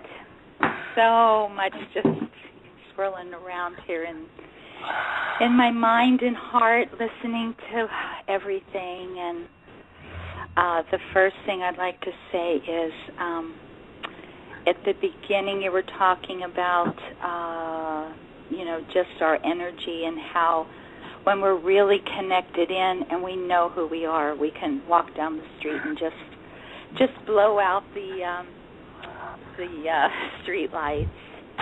And my thought was yes, and we can rev them back up. We can put them back on with our energy too. Oh, and yeah. I've had that experience with when I've been doing really intense meditation and processes and chanting, and many of the time I would be sitting at the beach in my car, and many times just looking out at the ocean, watching the dolphins, and I would blow out the motor or the battery in my car, and so I would go to turn my car on, and it would make that sound where there's no battery, and sometimes somebody that may be nearby would say, "Do you want to charge?" And I would say, "Oh, I think I'm okay." And within a short period of time, when you really focus that energy, you can charge your battery back up. Yep, I've had experiences like that. Yeah, and it's really cool to, test that. And then it's exactly. Cool when you have AAA too, just in case. But just in case. So yeah. when you were talking, I had my the Tao of the horse, and I pulled a card, and I just held it to my heart, and just what you were saying, and I think it was Fran earlier, and Magnolia. Before Magnolia. Was it Fran? Fran didn't jump in. It was Holly. Oh, okay. Holly. Oh, Holly. Okay. So I pulled the card, and what it was when you were talking about that, and the card I pulled was number 10, and it's called the Lightning Horse, and it's a picture of the night sky, and it's clouds in a horse shape, and lightning flashing all around. I don't know what that sound is, Kate. Does somebody have their phone on? Or from here, it sounds like a crashing every so often. Yeah, I know. Let me just double check here. Yeah, hang on a sec. Okay. Facebook, are you there? Facebook. Hello. Hello? There you are. Oh, hey there. Yeah, there was some noise going on in the background, guys. So what I would suggest, I'll let everyone know that your mics are open as soon as I get my mouse to work here. Colleen, of course, Facebook, Ninja, Fran's mic is open. Patty, you're open because you're in with me. So Magnolia's there, Miranda's there, and Blu-ray. So just be mindful if you can mute on your end. That would be great. And that just saves any background noise, breathing and stuff like that. If you got a good mic, it gets picked up nicely. So there you go. Well, no coincidences, right? Because what I'm hearing, it sounds like lightning crashing, thunder crashing. But it was lightning coming out of this horse, and the horse is Lightning Horse. And it says, flash of inspiration, glimpse of the next level, unmanifested possibilities. And that's when you're talking about the blowing out the street lights. Okay, then it says, as clouds obscure the moon and stars, a lightning horse illuminates the landscape and disappears into the night. Inspiration surges like an electric current through your body, flashing hints of clarity to come. When the imagination stirs, new ideas burst into consciousness, carrying tremendous energy. Yet these brief glimpses of potential can be hard to hang on to, taking significant effort and dedication to manifest. So when we have that energy surging through us and we have the experience and we wake up to who we are and the power that we have, then it's like a glimpse and it goes away.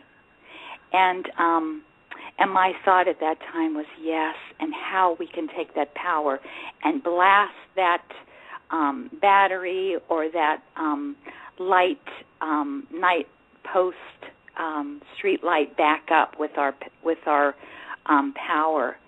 And then Patty got on and she was saying what she was saying and just that power surging. And at the same time, when the show started, Kate, I was feeling like an agitation, kind of an agitated, kind of an intense energy. And I had to kind of just... Yeah, you were feeling me. Yes, I was feeling you. What was I going to say there? What I experience from time to time, and I'm sure all of you have felt this. You know, you have these amazing, like, constant runs of epiphany after epiphany after epiphany, and things to start getting exposed, and that's that glimpse you speak of, right? And a lot of times these epiphanies are very fleeting, and that's because you've got it and you experience that bliss for that amount of time, and then what happens, it's almost like a junkie needing something stronger to get higher the next time, right? So, and periodically, and that's what I was thinking about that today with me, periodically you get into that headspace, and, you know, with me it's about how do I continually top this and top that and top the other, right? So, of course, I'm judging myself to an nth degree, you know, because I got people that come on all the time, and it's like, oh, Katie better deliver, and I put a lot of undue pressure on myself. So that's a lot of the energy, that's what a lot of the energy I was feeling today, and that's just me passing judgment on me. So yeah. Yeah, it's interesting, Kate, because we talked briefly today, and I felt that as soon as you answered the phone. I don't know what it was. There was like a kind of a kind of a agitated, intense feeling in your voice. And then when you started the show, I felt that. And isn't it interesting? I would pull the card with the horse with lightning flashing all around. Yeah, you know, contrary to popular belief, I am human. God in human form, right? See, I look at these as blessing days as well, in that, wait a minute, Kate's just like the rest of us. Well, yeah, maybe, you know, perchance you might do the little things that I do then, because I'm no different than you, you know. And everyone on this call, Kate, I'm sure completely can relate to that and know that it's okay, and that you have every right to feel irritated or intense whenever you do. And look at the energy that was flowing, and the card I picked with the lightning. Of course, there's intensity, right? Oh, exactly. And through that intensity comes awareness and enlightenment. It can, if we connect into it. And I was going to say that. Oh, my gosh, you know, people that are listening, whether it's 5,000, 10,000, 20,000 tonight. Or one. Every one of them are such beautiful beings. They're here, Kate. They think of all the other hundreds of places that every single person listening could be. Could be right now, and they're here. They're on this call listening to you and to everyone, and connecting into the energy. And everyone might not be able to tear up their driver's license and you know, do that right away. Like you said, baby steps, but they're doing other things. And yes, we would love for everyone to do it now so we can move into this life, this beautiful life we're all supposed to be living, without all this programming and the, you know, slave state. but everyone is here and they want to learn, and they're beautiful, and they're taking baby steps. Or some, you know, maybe are having these epiphanies as we speak right now. And, you know, as an example, 20 years ago, I learned about vaccinations, and I said, when I have a child, I will never, ever put a vaccination into my child. I will not have a hospital birth. You know, so that was my step. And so everyone is here doing different things that we may never know that they're doing. And I'm sorry, I'm just like so, there's so much going on. But so no, you're that's doing fine, hon. You keep going. Okay, that's my steps, and I would take my daughter to the different schools, and whether it was a private, you know, school or a charter school, or we went through all kinds of different unschooling and homeschooling and charter schooling, because I didn't want her to be a part of the slave state. And so that was my steps, and it was so uncomfortable, and people looking at you like you're mad. You're not going to vaccinate your child. You're not going to have them go to public school. You have them in unschooling. What is wrong with this woman? You know, so we all do different things. Yes. And my daughter now is 18, and she's a beautiful indigo Gemini being. And healthy as hell, with nothing in her, nothing. And the people that did do it, you know, it's okay. But we're all learning as we go. And I love everyone and just where everybody is, and the people who are connected in here. And every night, it really is a special place to be. And they've chosen. And they've chosen to be, yes, and they've chosen to be here. So that was the first thing on my mind. that's the pressure I put on myself to make sure that I have something that people can take with them. And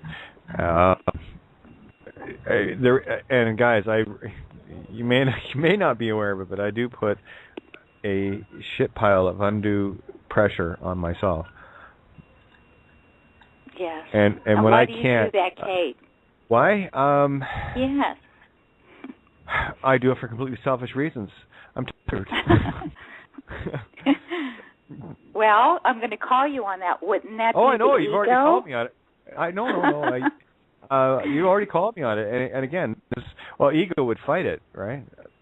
Yeah. See, neutrality goes, I need another observation from another camera angle, because there's something I'm not seeing. So I'm always grateful when someone has another camera angle and brings it in, so that little inkling that I have going on in the back of my mind, which is there, is confirmed by people like yourself. Thank you. And we're all there for each other. Isn't it beautiful? Okay. It's beyond beautiful. It's beyond the word. Now let me give you the contrast. If I were to fluffy out, I'd say, "No, I'm fine. What's your problem?" Okay, that's what Fluffy would say. Yeah. No, it's again, for me, it's about presenting the humanity, and you know how I feel about pedestals when people put me, or try to, they try, put me at a different level than them. No, sorry, I fight tooth and nail to make sure that everyone understands that we're all equal here. This is a level playing field.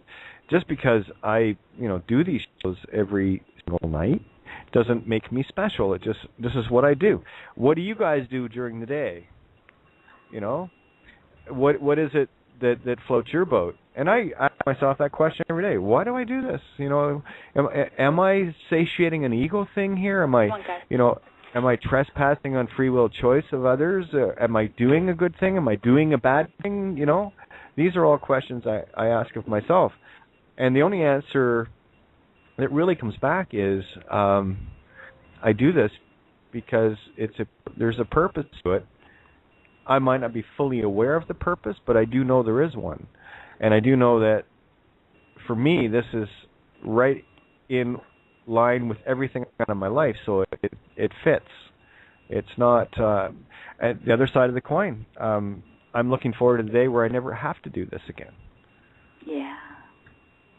Well, Kate, I've got an allegory for what you just said. This whole conversation. My phone battery, how it's limited. It's got limited power, right? And yep. It has had for a while. And so the word phone is like phonics, right? Yeah, phony. Yeah. Yeah. Well, I just got this allegory when you guys were saying this, is that, my phone actually died again tonight, and it didn't take long at all. It didn't have as much oomph as it usually had. Well, you may have heard a phone ring in the background. Well, it was this phone because I put it back on the charger. Keep going. So what I did is I thought, oh man, I better take the batteries out because I don't want you guys to hear my phone ringing. I guess it had just enough juice for it to ring, right? Yeah. Well, I now just took the batteries out, and the phonics are dead. Okay, once, Patty, I've got just over a minute left here. I just want to do my shout-out. Great big thanks to Paul Giovanni, Lisa, and the crew at criticalmassradio.co.uk. Thank you guys so much for making this platform possible at all, so that I get to bear my humanity for everybody, to show them just how human we all are. And I can do that without this platform. Well, I could, but it would be very limited. It would just be in very small circles. So this way we can reach the entire world. And I'm going back to your allegory, Patty. It's time for all of us to get naked. And it ain't pretty. Allegorically, it's time for us to get naked with ourselves. And as I was listening to what you were saying, I knew the purpose of what you were doing. You were actually directing your show where there would not be anyone or anything in the way of you going through this, and you were taking your leaps of faith. So that's what I did. You got to get naked with this universe.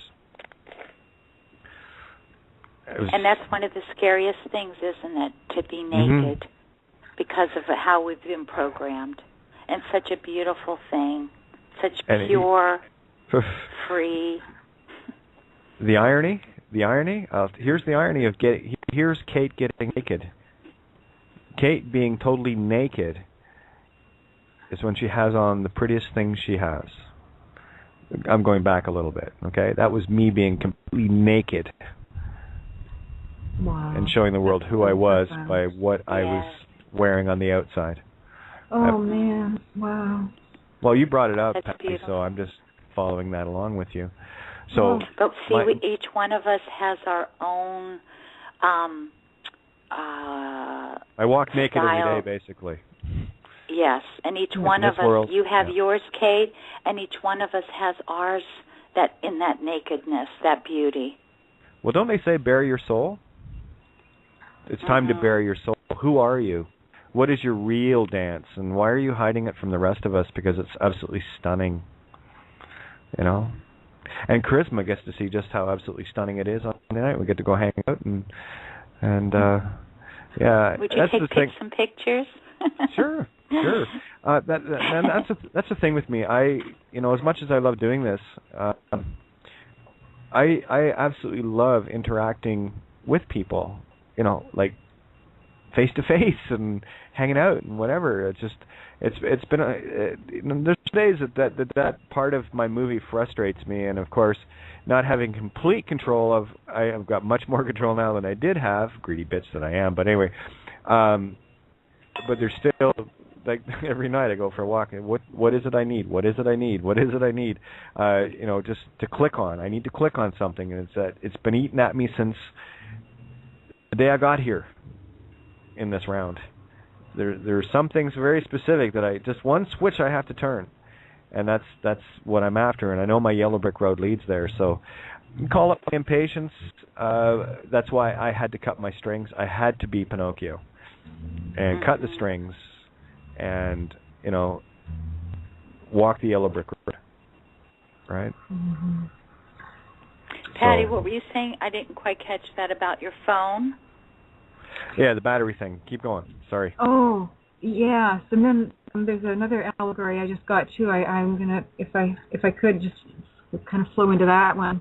It kind of go hand in hand, but yeah, the fact, like when I was looking at the phone, it was representing phonics and the lies and the system, really, isn't it? It's what kept us entrapped. Well, because my phone represents the system, okay, that we're in now, or some of us are, and so as my battery was getting shorter and shorter and less power, that was indicating that the system is losing its power. Okay, as my battery was losing its power, it represented the system losing it. And so when of course, I've got, somebody phoned here. When I got cut off your show, Katie, battery just totally died, so I put it on the charger. Well, I guess it had enough juice to receive 2 phone calls. Well, I guess you could hear them because it was pretty loud, and I thought, I better take the batteries out because I don't want you guys. I don't know how to mute this thing, so I have to do all this stuff manually, right? Because my Skype is not up to date or something. So anyway, I ended up taking the batteries out of the phone simply and quite quickly, to be honest, because I didn't want anybody to phone back and disturb the show. So as soon as I did that, I sit back up and I go, holy shit, we just took the phonic system down. I mean, that's what it represented, because the phone is totally dead now. The batteries are out. That's interesting, because when you were talking earlier, you said something about phone, and then you said, if I die, and I wrote that down as a note about our words and how words are so powerful, and you said, if I die, and then you just said phonics, and there's, with the words, if I die, but then there's that other part that is that part that we do want to die, that part of the programming and the, wow. And when you said that, I turned phone and just turned it around from phone, and it says enough. I was going to say that before you said it, because you sent it loud and clear. I saw it in reverse now. Wow. Really? Yeah. Just I couldn't unmute fast enough. I was going to say enough, right? Yeah. Have you had enough yet? Wow, that is really powerful. Okay, now I know why we're here tonight. That's all I was looking for. So, this thing you were talking about regarding being naked is absolutely critical. So can you sum it up, Katie? Every day I take a walk outside that door. Every day I wake up and get dressed and get ready, whatever. When I walk out that door to the rest of this world, I am completely naked. There is nothing that anyone can't see about me. Right? And you've heard me talk about, we all have closets. Every single individual has something in their closet that they are terrified to bring out. And it could be something trivial to anyone else. It's like, say I'm talking to you guys and I ask, you would look at me and go, yeah, whatever. Me, I'm like, oh my God, they must think I'm a freak. And, you see what I'm saying? So you are naked. And for me, this has been a journey of stripping off the Emperor's clothes to see that the Emperor truly is naked. That's what was given to me too today. Yeah, we are the Emperors. Time to get naked. Yeah, that's what was given to me when I was taking my clothes off. Same thing. Yeah. So with you, there's the quad, right? With you, taking your clothes off to be naked was making you naked, and that includes shaving your head too, right? These are very powerful things you're doing. And for me, you take all your clothes off to be naked. I put mine on to be naked. Oh, man. It's a mirror. Oh, my God. Yes, and Miranda just piped in, standing in our naked truth. And that's all I'm doing, is I'm standing in my complete nudity. That's what I was going to say. And when we come on and we speak, we are being naked in a different way than you're saying of Kate. But we are being naked because we're it's allegory. opening up. Yes. Okay, we got our allegory for the night. I'm happy now. Thank you, guys. Thank you. I knew someone would deliver where I could not. Thank you so much. Can I just add? Oh, sorry. Can I just add? It's very interesting when people have, whether you want to call them breakdowns, breakthroughs, etc. They nearly always take all their clothes off, and I can raise my hand to that. I was one of those, and I don't get naked easily either. But I stood naked in front of an entire family when I was standing in my naked truth, and I was like watching it as a scene, as if I was part of it, but I wasn't actually there. It was very, very extraordinary.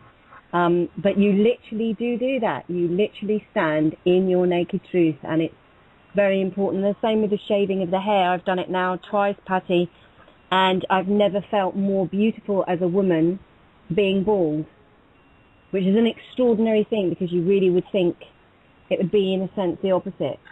You know, and we hide behind this, often our hair, and, you know, this, again, it's like a veil. It's not really us. But when there's nothing there to hide you, you know, you, again, are naked in your truth, completely bare, bearing your all. Yay.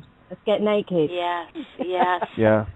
So that's so true, Miranda. Yeah, and with the nakedness, you just feel the power more. You take your clothes off because you don't want anything to impinge or to cover the truth of who you are. And isn't it interesting when you see someone that's really speaking their truth, they start taking their jacket off or they take their scarf off and they throw it down. They don't want it on their body. Mm. And even babies, when you look at babies when they're first here and they're naked and they're so cherubly and chubby and gorgeous and completely free. And I don't know, is it even a memory of like the Garden of Eden? You know, I mean, whether or not we were really there, but that whole thing of we weren't inhibited because we didn't allow all these things now that get in the way of, you know, sex is in the way, or, you know, what people think of us, or whether we think we're too fat and you know, all that crap that we've taken on board, that we've been fed and hypnotized by. Whereas, you know, when you're really just being, you don't give a damn what anybody thinks because you're part. Again, you've dropped the ego. It's gone. It's past. You're just you. And totally accepting of yourself, I think. Yeah, and that's critical, actually, what you just said there, because even now there's still reservations within me, and these are the things that I'm looking at, going, why?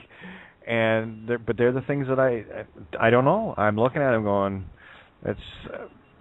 I've had really nothing but great experiences being naked and in my own truth. And for me, actually getting naked is much more comfortable. I'd probably feel more comfortable walking down the street naked than I would with a dress on. But before, now it's the other way around for sure. But well, I know when I come home, and I'm sure many people are the same. When you come into your home, where you feel so comfortable, you feel yourself. What do? You take your clothes off. I take all my clothes off. Yep. Yeah, I often don't. I mean, today I had to get dressed because I went out. But most of the time I don't at all. You know, I stay naked most of the time. Yeah. Really? Do you really? Yeah, I do. Like, I find that fascinating. Like, and I have bare feet all the time. All the time I have bare feet. Yes, I do it as much as I can too.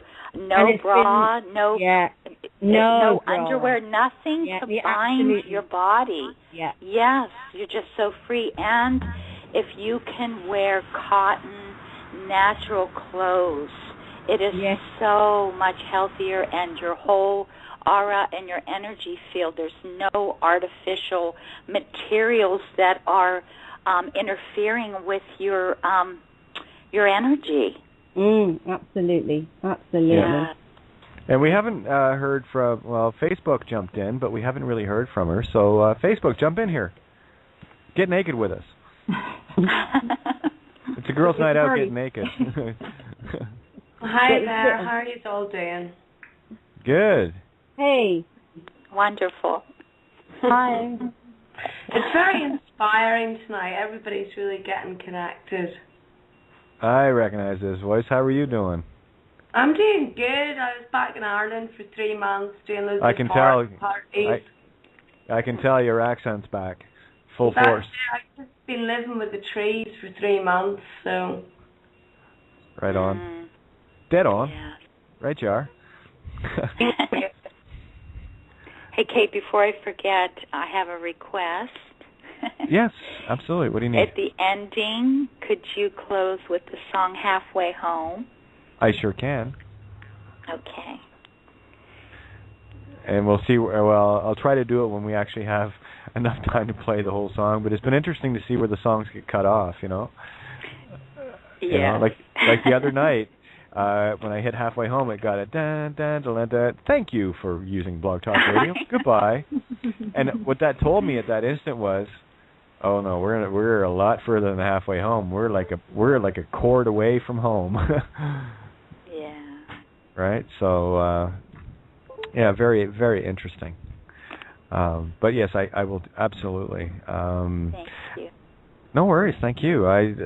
That's guys, I just want to get back to playing, and that's really it, you know. End of story. Well, Kate, you know, what I just said about the phone, the telephone. Mm-hmm. I want to read this to you because this is the other side of the story I just told about the phone, and this is the allegory. I just kind of got it today.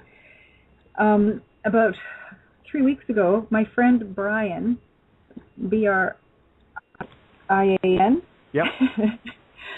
A friend of mine. He's a computer guy. He's my computer guy. I'm just kind of giving you the history so you can see where I'm going here.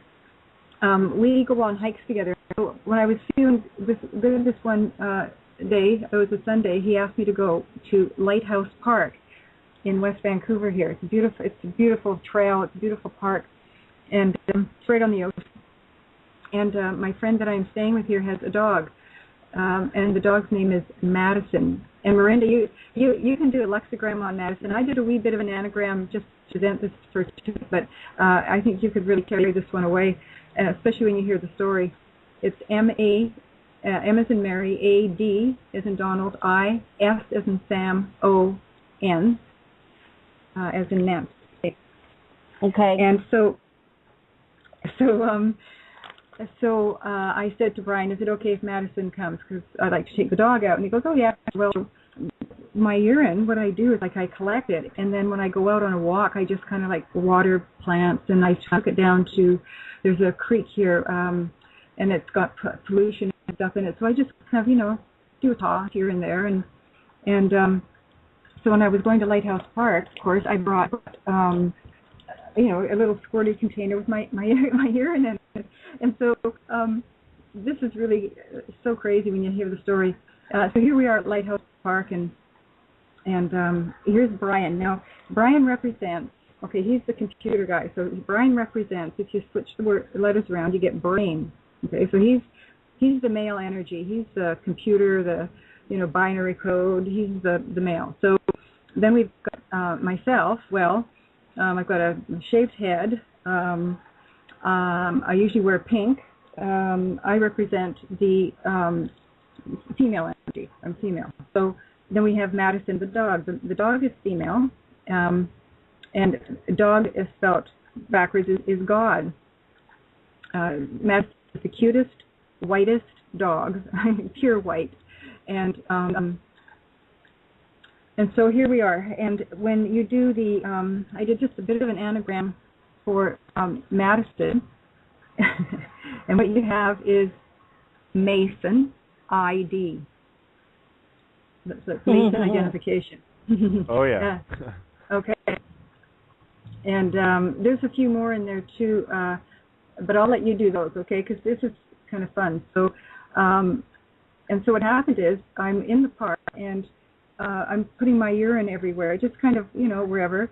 And, of course, it's got the DNA in it. Now, the interesting thing is that I've been doing magnet therapy pretty intensely for quite a while because of the cancer, and especially now trying to deprogram this reptilian brain. I've got those huge neodymium magnets on my skull, and so I'm full of magnetic energy. Like I'm just like, I should be sticking to lampposts really, like when I walk by them. I'm really magnetized. So here's my urine, my DNA is collecting, and all, this liquid that's going through my body is, this magnetism, I'm sure, is attracted to it. So when my urine around, I'm just kind of going with this. I could be totally wrong, but it makes sense to me that because of the magnetic energy within my body, that it would be represented also in the urine. This is my point. So anyway, so we're all walking through the park. Well, we were there for quite a while, maybe 3 hours. Maddie was peeing everywhere because dogs do that. Well, I had to pee, so I go and pee. Well, Brian goes, well, I got to pee too, so the three of us are peeing all over this lighthouse park, okay? Not to mention I brought my own homemade pee that I brought from home, and I'm putting it in the ocean. Like, I'm trying to do this really discreetly because I don't want Brian to think I'm nuts. I did kind of mention the urine thing to him, but he thinks I'm a bit out there anyway. This would just throw him off his loop, I think. So I'm trying to squirt urine in the ocean. I tell him to go down and see what the water's like, and while he's down there, I'm tossing my urine in the ocean, right? So I get home here, and I'm thinking, okay, what was this about? It only came to me this morning, and the whole thing is just leading up to it. Lighthouse Park. The whole thing, Katie, remember, was it yesterday I was talking about the torch? I was a torch bearer. Yeah, it was yesterday. Yeah, it was yesterday. Is that it? Yeah. Okay. So then here again, it's another light. It's Lighthouse Park. This Lighthouse Park is really just such a beautiful place, and to me this represented that, the Israel lights, okay, LITES, lights, however you want to look at that group of people to be, whoever you think they are coming back, and so they're going to be attracted to this light. The DNA, like, it's just, do you understand what I'm saying? This whole thing is just a package now. Oh yeah, no, I and again, when you say lights, I flip it around and see style, and it's all about style, isn't it? In courts especially, right? Yeah. Style? Yeah, STILE, right? Just like I don't that. get that one. Well, no, it's going back to some other work that others had done. Don't have the details on it, but it as soon as you start talking about lights, oh yeah, wait a minute, style, and there's other things in there as well that you can. I'm sure we'll pull other things out of it. Keep going. I don't know that I have anything else to say. I've done the lexigram. Oh, on Madison? Yeah. Let's hear it. Just real quickie. I am damn mad. A mad son. Son is a man. A main man. A son. A ma son. A mason. A son in sin. A scion. A ion. I am so on. Wow. Yeah, just a couple in there, eh? Hey. No. Yeah. Okay. No, Patty, I have a pure white little dog sitting right here next to me. But I wanted to say, Kate, I think it was yesterday, Miranda did the lexigram for license. Oh, yeah. And I don't remember, after I listened, and then you posted something on Facebook, a breakdown of the lexigrams. And under license, I don't I didn't see. What came to me was essence. I don't remember hearing Miranda saying essence out of license. Did you, Miranda? No, I didn't. But you can't spell it because you haven't got two S's. Oh, I thought you could use like one of the letters more than once. No, not if you're being really strict. Not if you're being really strict? No, not if you're really, really doing it properly. You shouldn't. Well, if you don't do it strict, I looked up essence. I looked up essence then from license. Essence. Can I share that, Kate? Yeah. Okay. It says, people, guys, you don't have to ask for my permission. That's why the stage is here. Okay. It's set. Go. Do your thing. Okay. It says essence, the permanent as contrasted with the accidental element of being, the individual real or ultimate nature of a thing, especially as opposed to its existence. A painting that captures the essence of the land. The properties or attributes by means of which something can be placed in its proper class or identified as being what is. I hear a echo there. And then also, I found this really interesting. In philosophy, essence is the attribute or set of attributes that make an entity or substance what it fundamentally is, and which it has by necessity and without which it loses its identity.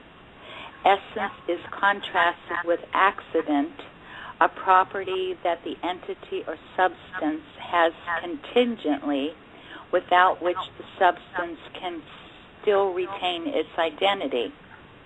And then down here it says that in his dialogue, Plato suggests that concrete beings acquire their essence through their relations to forms, abstract, universal, logically or ontologically separate from the objects of sense perception.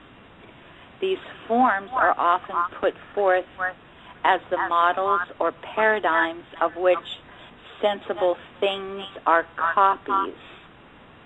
Anyway, I found that really interesting, the essence from license, using two S's. Well, yeah, and it goes back to the ascends, right? You go into the religious aspect of it as well. I hate saying religious because the ascends were nothing religious, right? No. So, yeah, and there was a bit of an echo. I'm not sure where that's coming from. So, but phonetically, it would make sense that when if you do too, Kate, with some things, you can mess the sound around. So yeah, phonetically, it does make sense that essence would be right up there with license because it's got that. Well, yeah, and listening to the trail that you went on, yeah, it totally makes sense. So, it's sorry, that noise in the background's the kettle. Just came in. It makes sense. It makes sense out of essence. Oh, it does. That's very good. Don't wait for me. You guys are on a roll. I'm actually enjoying listening for a change. Can I butt in here? You just did. Yes. Go ahead. Sorry, I'm just all new to this Skype technology, and I don't know whether you can hear me or not. I find that last speech really inspiring, and the echo made it almost penetrate a lot deeper, I was just wondering, about decoding names and sounds and letters, whether you could do mine. Are you asking me? Yeah. What is your name? You're the word elf. It's Rebecca, but it's Rebkah, so ancient Hebrew, and then Ann, A-N-N, Steele, S-T-E-E-L-E. I'll take a look. It's so much easier. It's what I'm noticing now that I find so much easier to do is when I'm doing a person, if they're talking, if you see what I mean. So I don't know if you want to Skype me, if you make friends with me, we have a chat when I'm doing it. Yeah. That really helps. Yeah, no problem. Or I'll go you one better. Why don't you just start talking about your situation? That you just said you're back in Ireland. Maybe tell a bit about your travels as far as where you were and how you got back there, and that way you're talking experience, and there's always resonance in that. Always. Well, I've driven to move back to Galway to do some art shows and make connections, but I was in a sort of destructive relationship, and I moved into this city that was extremely transient and full of traditional music and beautiful and inspiring, and so many sort of tourists and belief in the magic of Ireland. But I kind of felt quite lost there. The energy was too transient, I felt like I was missing roots, so I went to Belfast and went to the country and connected with old friends, and came out of a sort of emotionally draining situation, and I've come back to London to do an art show. And I suppose all I can say is that the journey for me sort of been extremely metamorphic and transformative, and I feel like it's the first time I've been single in about 16 years with different relationships, so I'm really embracing my own sense of emotional independence and getting to know myself, so that's all I can say. Yeah, it's quite a transition, eh? It takes a bit of getting used to actually hanging out with yourself. Yeah, no, it's good, I'm enjoying it. I've been doing loads of crystal meditations, hugging trees, just reconnecting. I've changed my diet as well, like totally sort of vegetarian, and I don't know, I feel a lot cleaner, and feel sort of introspective. But it's a cycle, it's like the life-death life cycle, it's like that book I read that kind of changed my life in a sense was The Woman That Ran with Wolves. Are you familiar with it? Yep. Yeah, I know what you're talking about. So it's again, it's about getting right back to your original core, Yeah, but we've many cycles of life and death and metamorphosis, And I'm doing an artist talk in London on Sunday, so I've been listening to the show to get some inspiration and kind of do a talk about the process of becoming an artist and all the sort of breakthrough, transformation that had to happen to allow me to create from subconscious and feeling without sort of censoring or monitoring anything. So everything ties in, everything connects. Absolutely, it does. It was again, like for me tonight, and that's the magic word. I've been really, like today in particular, speaking of connecting, today I really, really felt disconnected. And I haven't had this feeling for a very long time. Obviously it must have been needed. I woke up this morning and it was almost like it was just empty. There was nothing, and I'm thinking about all the stuff I've been going over, and what I'm probably going to start doing is listening back to some of my, our shows, and catching some of the energies, and because a lot of times the downloads when they're coming in, they're just traveling through and they don't get a whole lot of time to stick. So I need to go back and revisit this stuff too, because a lot of this stuff is brand new to me as well. It's Katie, maybe this is the universe telling you you're winding down. Maybe, and I'm okay with that. I really am. I am too. And I don't have an issue with that.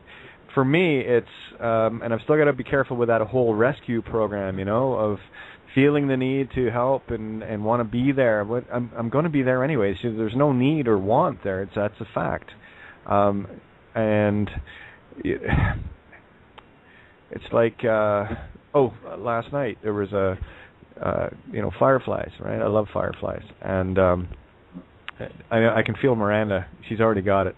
And there was a firefly it was of course dark and what have you. And there's a firefly in the grass on the surface. It was flashing nice and bright, and I'm thinking it's kind of odd because you don't usually see them in the grass, right? So as I'm watching this, it looked like it was going deeper into the grass, and I had this sensation that it couldn't get out of the grass.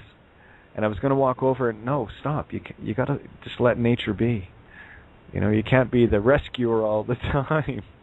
All things for a reason. Now, whether it was or not, I don't. But that was the energy I felt, that it wasn't able to, get itself out. It would have, But you feel that need. It's like even with insects, they land on me or whatever, and it's I love looking at them and going, aren't you just a nice little piece of work? They're beautiful, intricate. I don't know why and I've killed lots of insects in my life, and looking back at it, I was going, what an ignorant thing to do, Look at these beautiful little complete universes within themselves, and you're just walking along crushing them, and it's like, anyway, but I know Miranda's ready to go here. I can feel her. I've got loads of words, and there's more and more coming. It's a matter of putting it together. Okay. But to actually write a lexigram. But you've got healer and seal, and seer, and earl, lash and slate, bark, art, of course, would be in there. Shake, ear, hear. There's masses of stuff, but I need to work on this a little bit more, yeah? Yeah, thank you so much. That was great. It was truly amazing. Cheers. Yeah, all good. Yeah.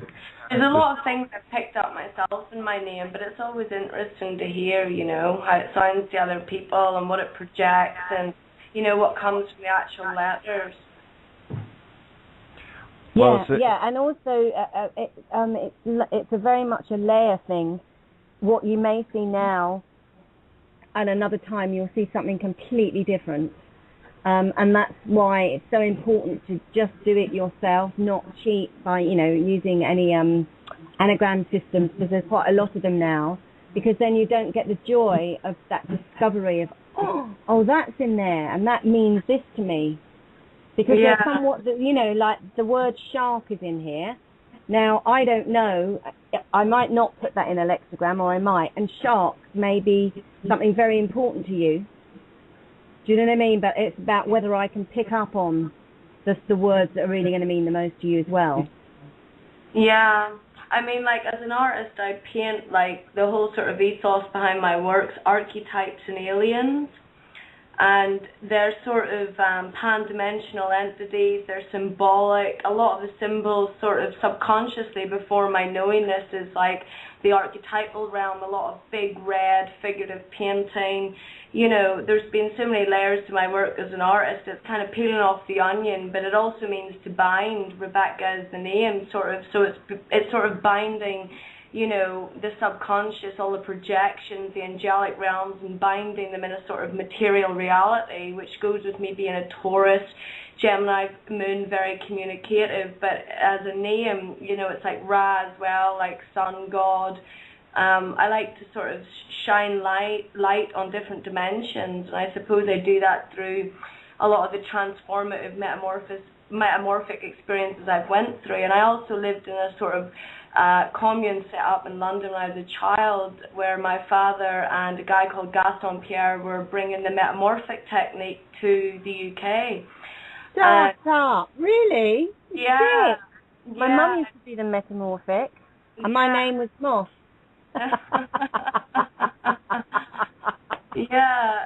And we got so many different people in. When I was a child, I left my mother when I was 7 in Belfast to move to London. 7 as well is like a very important age in terms of cycles.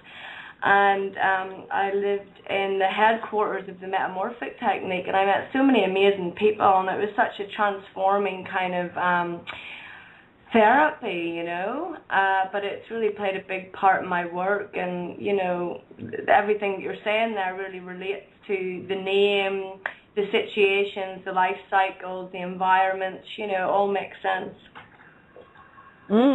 Totally. And I'm sorry, is this Facebook talking? I didn't catch her name. Rebecca, yes. Rebecca. Rebecca, you had mentioned and she's one of my favorites. It's Clarissa Pincoli Estes, Women Who Run. Yeah, amazing. Women Who Run with the Wolves. Yeah, and it's funny as well. One of the comments on the back of the book is from a lecturer called Anne Devlin, and that was also my father's English teacher, you know? Oh, wow. So well, this one just popped up for me to read to you, and you may know it, but when you're speaking, it says, the psyches and souls of women also have their own cycles and seasons of doing and solitude, running and staying, being involved and being removed, questing and resting, creating and incubating, being of the world and returning to the soul place. Yeah. It's beautiful, you know, it just carries off the page. It really stays with you, and I mean, a lot of women that I've met that have also read that book, you know, there seems to be a deep connection within us all. There was a reason that they read that book. They have a deep understanding of the bare bones of humanity, of their soul, of their sense of self, and you meet them, and everyone's read the book, and they can talk about things in such a deeper way, you know? Mhm. Not because yes, you just said that beautifully. Not because of the book, but because of the consciousness that everyone's flowing on, you know? It taps into a certain essence and spirit of, as womanhood, or feeling, you know, as a woman, how we feel and the depthness that we feel, and explains it in this symbolic way that really touches us, you know? And you said that word. You said that word again, essence. Yes, Rebecca, it is. Have you worked with menstrual blood? Pardon? Have you worked with menstrual blood, your menstrual blood? How do I work with it? Have you had, what I'm saying is, look it up, get interested in it, because it would really help you. It's very powerful. Very, very powerful. Can you explain the basics to me? Yeah, well, the next time you're menstruating, you take a bit of your blood and put it on your third eye. Oh, okay. Yeah. Meditate with it. Feel it, smell it, taste it. Are you drinking urine? Yeah, I do actually. When I'm getting really healthy and stuff, I do. Yeah. I think all of those things really help. Sorry. Yes, and also what I've done is you put the blood back into Mother Earth. If you can find a place out in nature and let some of the blood flow into the earth, into the Mother, it's just an incredible, beautiful exchange and powerful, loving experience. Yeah. Well, to be honest, you know, I'd rather pee in nature than in toilets. And at the minute, I live in this Jacobean mansion near Epping Forest. And it's just an arts residency, you know, I don't own it. But it feels like the spirits want me to stay here, you know, and it's stunning. And it's... I was going to say, you just said Epping Forest, and that was a song I was thinking of last night when I was walking the Battle of Epping Forest by Rush. Yeah. Oh. Yeah. Yeah, no, I mean, it's beautiful, like, to live near London, but yet to have the city, the society, you know, the communication aspect, but yet to live in this big mansion where, you know, I've loads of space to sort of feel and move around, and a big meadow behind me. I'm really grateful, you know, I'm very lucky. But yet not owning anything, you know, not trying to own anything, just being here and enjoying the environment instead of working, you know, like a slave 9 to 5 to live in a big mansion and, you know, have nothing else but that material sort of accolade, you know. It kind of feels like we can have great things, great spaces, if we learn to explore the energy within them and kind of give back, you know. It's not about ownership, it's about understanding environments and kind of exploring them. And I've always been a Taurus, I've always kind of been quite into material abundance and, big houses, architectures. I'm a number 4 in numerology, so I have this sort of habit of trying to, be attached to material things, but I'm learning to kind of detach from that, but experience these wonderful buildings and architecture as kind of somebody who walks between worlds,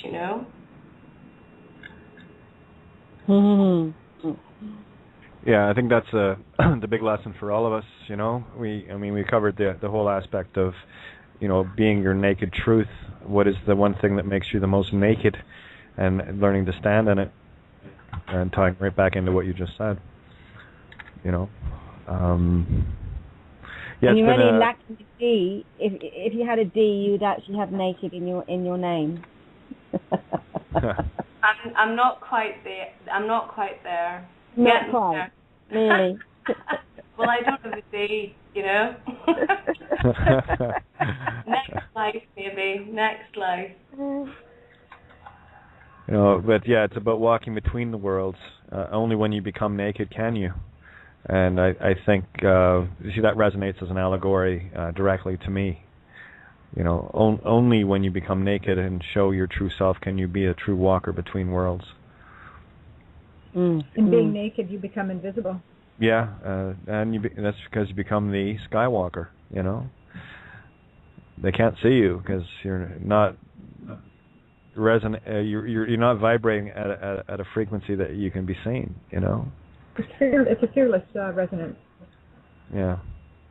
No, and I think I've mentioned this to you before, Kate, that certain people that I don't really want to connect with anymore, I've literally walked down the road and literally walked flat bang into them. They've looked me straight in the face, and not seen you. Completely unrecognized, not seen me at all. It's wonderful. Yeah, And that goes back to what I was saying earlier about parts of our consciousness that we just don't want in there anymore, and that for me is the purge. And we all have the choices to make, trying to be part of the consciousness we want to become, and those that do not wish to be that, well, then, as much as consciousness is, or the all is all about creation, it has also got the whole notion. It knows what, and I say it's us, right? We know what we want, and we know what we don't want anymore, because we have the contrast. So that's another reason why I have a great deal of pity on parts of our consciousness that refuse to awaken and keep doing. We're at a point now where, we're good. We're done with the harm. Let's build. And there are those that are still caught in that paradigm. And, sorry, they're hitting the cutting room floor with me. They don't exist in my movie anymore. And, we all know what happens to the stuff that's on the cutting room floor. It doesn't exist in the most literal sense. It's not something I'm going to run through my projector anyway. Let's put it that way. Fair? But interesting night. It's like today with me. It's been more. Here's something else too. I get lots of new people that keep showing up, and that's beautiful. It's people coming to the table, and I know what we've experienced over the last, let's just say the last year anyway, since I've got to know most of you.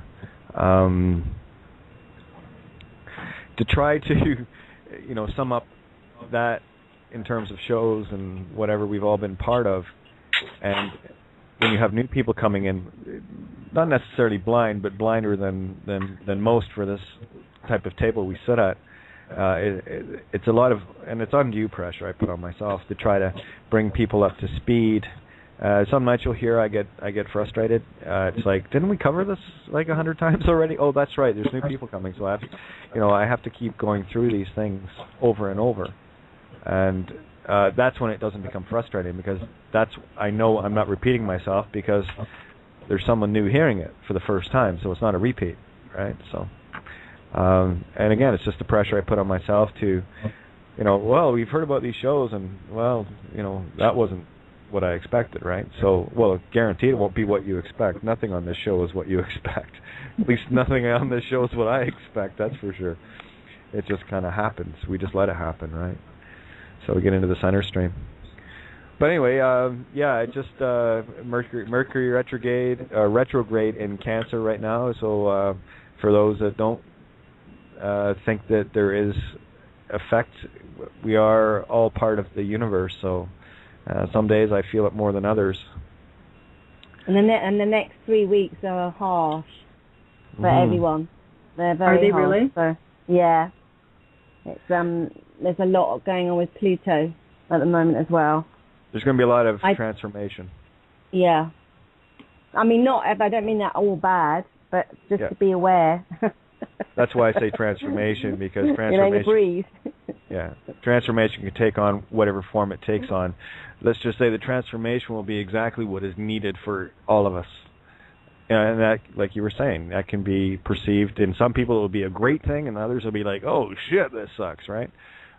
What is your camera angle? What's your perspective? What's your resonance? What are you, where are you in the game, basically? So. And just remember, it's just a movie. It's just a ride. That's all I was telling myself today. It's just a movie. Why am I, what? I'm human, and... just pretend you're an actor, right? Well, that's it. I'm a director, right? So. Well, you could say that when you go out, Kate. Like, if you're nervous about it, and I'm whatever. not. I'm not. No? It's there's still the occasional reservation, but no, for the most part, I just throw a smile on and go. Yeah. That's. I actually, well, you'll see one day. It's. I'm one of the very, very, very, very fortunate transgenders in that I know some of my kindred, and that trying to quote pass as in the role, it's going to be extremely difficult for them. Based on body shape, size, and everything else. I'm lucky. I was gifted with heavy mom, right? Oh, you look so much like your mom. I know, you have no idea. I remember that all growing up. Even like seeing people later I hadn't seen for years. I says, oh my God, every time I see you, I think you look so much like your mom. And of course, this is before they knew, and I'm thinking to myself, if you only knew. I looked great in her dresses too. Oh man. Oh, my mom knew. That's one of the reasons why it was such a hard thing for me when she left. It's like, she knew who I was. She never came out and told me, but she knew who I was. And I had lots of experiences growing up where there were no illusions, But like, were any of did you tell any close friends, like, at all, or was this just solely you kept everything to yourself? Yeah, I kept everything till I talked to Sue, and that was about 7 years ago. Oh yeah. So over 4 decades. Oh man. I'm just intrigued in a sense. I don't know. Isn't it almost harder to actually tell your partner that? Because within that, even though they're gaining much, they're losing that person. Do you know what I mean? I would think that's really hard. Well, at the time, Sue wasn't my partner. She was just my best friend. She worked with me in music, and she basically was my road manager kind of thing, and we're just really good friends. And like I said, when she went through her divorce with her husband and everything else, anytime she needed money or she needed, anything you need, just let me know. I helped her deal with some of the stuff with that, and another legal issue with work and whatever, and paid her rent a few times, and just always there because she had a rough go of it, and I always made sure that she was okay, because she took care of booking stuff with me, and took care of my website and what have you, just to. And she was someone that, of course, I'm at a gig and I'm ready to puke at any moment, right? And it was just that was a crutch for me too, as well, to have someone there that I trusted, that I knew. And see, that's why this whole stripping and ripping down of universe, when everything went south last year, to the point now where, you know, she won't even talk to me. I know why, but that's okay. Where, and I look back, and these things that I was doing for her, they were gifts, with no obligation, or so I thought. And of course, when everything went south, it didn't matter. None of that mattered. And it doesn't matter what I put in place that she fell into. That was an obligation. So that had to be let go of. So there had to be no hanging on of anything, you know. So it was, you know, in one fell swoop, I lost a best friend and my partner when things went south last year ago February. You know, so and of course my daughters, I've seen them twice briefly at the hospice and the funeral home when my brother-in-law died last summer, and that's it. You know, and they're the three most critical points of light in my life that got. I mean, this is the thing, when universe. This is why I know in my own naked truth that I stand in it. I stand in truth, and I will not yield from it.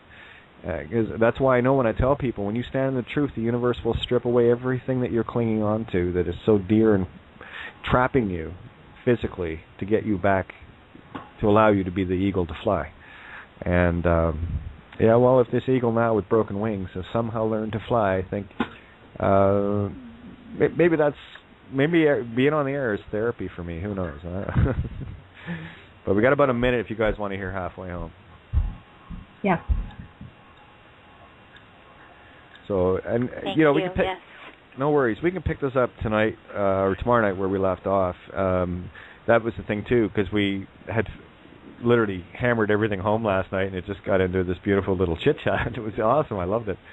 So there was nothing to tie it to, because we like hit this beautiful pinnacle, and that's what I was feeling this morning when I woke up. I woke up with. I'm empty. I have to find something, and I of course when I do that, left brain kicks in and everything is screwed up. So there you go. But yeah, we've got enough time for, let me see, Halfway Home, and quick shout out for criticalmassradio.co.uk. So we'll pick this up tomorrow night where we left off. Okay. Thanks, Katie. All right, darling. The naked truth. Good night, everyone. Good night. Good night. Love you guys more than you could ever put in words. So, and we're more than halfway home. So we'll catch you guys tomorrow night. All right, darling. Night night. Bye. Bye. Love you. You're listening to Critical Mass Radio. Now it's our turn.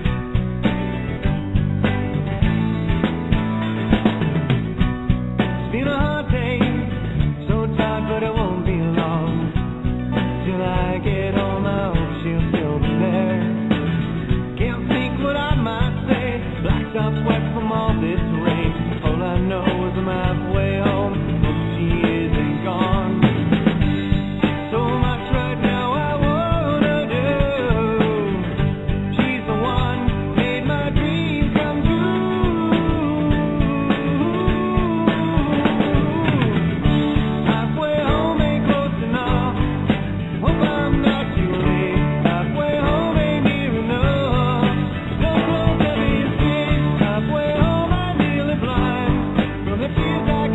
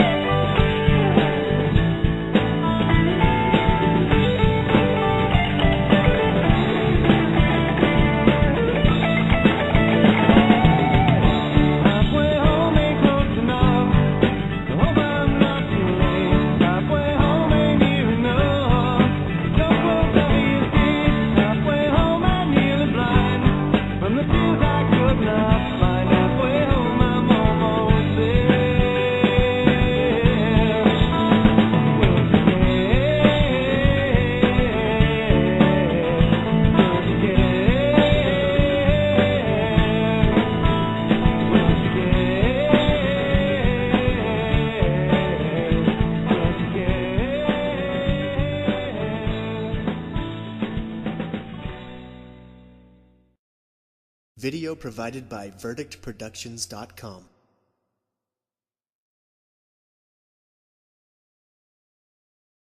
There you go. You know, your absolute good and absolute evil are in the same sound set.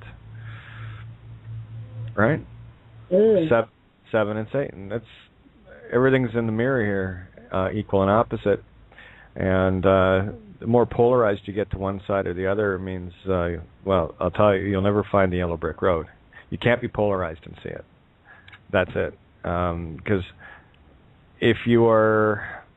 Okay, well, let's go to both sides of it. If you are stuck in a constant bliss and not seeing anything in contrast, I would probably hazard to call you delusional, and that's okay. They usually... well, they do interesting things with people that are in constant bliss, which, of course, is not right either, as far as I'm concerned, but I'm just trying to show a contrast. And others that are in constant gloom and doom, in the fear motif, can't see anything good. It's like someone that can't see anything bad and someone that can't see anything good are polarized to the extremes, right?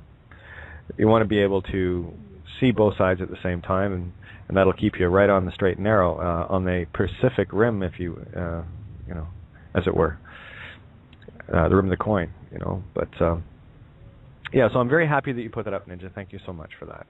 A little bit of a roundabout way to get there, but there you go. Yeah, I'm like today. I just, Mercury's in retrograde. That one was really obvious today. It was hotter than all get out too, but so it was nice to actually get out and feel the wind coming through the car. So that's it. We're just going to talk about tulips and tulip dye and paintings, or any other ideas. Here, I'll tell you what. I'm going to bring magnolia in. I'm a bitch tonight, so get over it. And I'm going to bring in. Okay, we got magnolia. And maybe Magnolia will share a bit of her day, and I know that's certainly a tangent I can really go off into and outline things. Magnolia, you there? Come in, Magnolia. Unmute your mic. Okay, guess that's not working either. I've got the mic open. All right, Blu-ray, you're up. And I know you're really shy, so hey, I'm batting 1,000 here. Everyone's so talkative tonight. Maybe we'll just play songs all night. How are you doing, Blu-ray? Oh, I'm doing great. Hey, Kate, how are you? Good. Yeah, it's kind of you know, sort of the doldrums, you know, where there's no wind blowing the sails kind of thing. That's what doldrums are, by the way. It's not like when you're feeling blue. It's the doldrums are when your sails are empty. And you're kind of sitting in the middle of the Sargasso Sea, as it were, and not going anywhere real quick. So there you go, the honest answer. Yeah. So what's been on with you? Well, we just finally got rain here, so I was just sitting outside in the thunderstorm. Oh, nice. Yeah, we've got some threatening clouds here right now. It's it had a little bit of thunder. Today it keeps getting really dark, and then the sun breaks through and it gets really dark. Here's the allegory, though. We got a lot of flooding going on, right, around the world, and of course people are also flooding into the streets. So that, for me, is the allegorical reality of truth is pouring out of every seam here. So we got the pressure on. We're making a difference. I think that's good. Definitely good. Yeah. My goodness, you guys are not talkative at all tonight. Sorry about that. No worries. Oh, it looks like we lost Magnolia, and let me see if somebody just came back in. Oh, Holly's little, I'll give you a little, keep going. Synchronicity. I've got some DVDs on the top of my desk here. The top one is the Adjustment Bureau. The bottom one is Highlander. And the middle one is Magnolia. She's sandwiched in between the two. Oh, isn't that interesting? Mm. I'm sure I could pick an allegory out of that one. So you have the Adjustment Bureau, which is the game, as it is, and of course Highlander there is only one. There shall be only one, right? Allegory. And then Magnolia. I haven't seen that one, so I can't really pass comment on it. Oh, Kate, have you not seen? Oh my God. Okay, here's a little shout out to everybody. I'm gonna throw some reality into people's worlds. Okay, one, I haven't been in my house for a year and a half, and for 2 years before that, didn't watch any TV, and I haven't had one. So, kind of adjust to that, would you, everyone, please?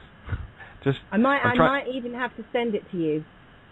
Oh, it is well, mind blowing. I can probably find it. It'll probably be online somewhere or whatever. Yeah, try this. It's just, and it's a film that you literally need to sit down and know that for 2.5, maybe 3 hours, you're just not going to do anything else. It's a really long film. It doesn't feel like a long film. It felt like, woo, where did it go? And I was like, don't stop. Please don't stop, ever. It's incredible. It's like 5 or 6 different strange stories, and it's all married together with crazy things that happen. When sometimes masses of dead birds are found that just suddenly land on the ground. It's about, coincidences and. I'm gonna open up Jeremiah's as well because I know he'll have something to say. And don't worry, Consuela, get ready. We'll get you in here. So Magnolia. Hello. Hello. How was your day? Oh, wonderful now. Yeah, it's been quite an experience today. A little nerve-wracking at first, but good. Yeah, I got a lot of things accomplished. Yeah, it gets that way when people are there to threaten to steal your home and shit. Yeah. Right. Yeah, the little minion showed up at my home yesterday afternoon to tell me I had 24 hours in which to leave. And I asked him to leave my property, and he took it as though I was where he asked me if I was threatening him, and I said, I don't know where you're getting that from. Anywho, I'll make a long story short. After he called a couple of his buddies, there were 2 sheriffs and 1 police officer. And I made sure I got their cards because I tried to explain myself to them, but of course, they're just there to read the little piece of paper and walk away. Yep. Isn't that just fabulous? Anywho, I went in and after, trying to catch my breath, because I don't like to confront people. I'm not that I'm afraid. It's just guys that have guns that are up in my face, I'm a little nervous around. I can't, fight bullets. I bleed too. So after I got myself together this last night and this morning, I doing my wee and trying to meditating as best I'm able to at this point. I'm getting there, and got up this morning and started making phone calls, sending emails to Secretary of State. Shoot, I even called the local county commissioners, a number of people, and then sent emails, and then I went up to the store today and faxed my I Who Shall Not Be Named, along with the lovely little paper that the gentleman at the sheriff's department decided to give me, or drop off at my home. Yeah, it wasn't for you. No, it wasn't. That's the joke of it. Yeah, that kind of came up in conversation. The poor man, I don't think he knew quite what to do. So I ended up calling the sheriff back this morning just to talk to him to find out, well, I've never experienced anything like this. All I know is that these people are lying. They've committed fraud. They are, attacking me, and they're using you to be their strong arm. You're their hired gun, and they don't give a rat's ass, about what harm you're causing me. And it took me a minute, but he was able to get nice, I guess, break through that little wall they have. Yeah, the meat stick exterior, yeah. There you go. Then he was kind enough to tell me that, oh, well, he goes, well, oh, you're trying to leave? And I said, no, you're forcing me to leave. I have nowhere to go, no means to go anywhere. You know, you're basically telling me I'm going to have to lose my job, my means and everything, and be out on the street. So, 24 hours isn't going to cut it, and I don't. And he goes, well, how much time do you need? I said, I need lots of time. I don't understand why you're even at my door and I'm in this situation, because I had already sent paperwork. I've already gone through the appropriate channel. Magnolia, I want to jump in here.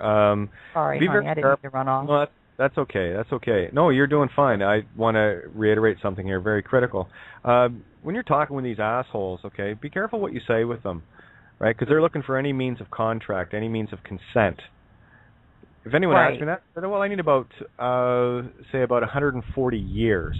That should do it. Thanks. Deadline accepted. You see what I'm saying? Because what they'll do is they do the jarhead jitterbug, baby. They will dance around. Yeah. They're trained to do this, right? Okay, they don't know why they're trained for it, but it's all a game to them once they get into the program. How do I get someone's consent? I've watched this game getting played every time. You give them nothing. Give them nothing. Yeah, the deputy that I spoke to who handles this stuff apparently did not get my email that I sent to, about 20 people or so. Right. And but apparently the sheriff received his and gave it to the deputy, so I know it got in-house, so I was happy about that. And I asked him to read it. I said that you're a smart man. You could understand what is going on, and I just don't think it's fair that you're being used to cause harm to people. And he was very nice, and, I said thank you. And he, said he'd call me back this afternoon, which he did. And he was very rushed and hurried, and his conversation only lasted like 30 seconds. He goes, so-and-so and so-and-so law firm, you have until July 22nd at 1 o'clock. They're going to send you a letter. Oh, and that was it. And I said, well, can I get a number, a phone number, a fax number? And I got that, and I just said, thank you.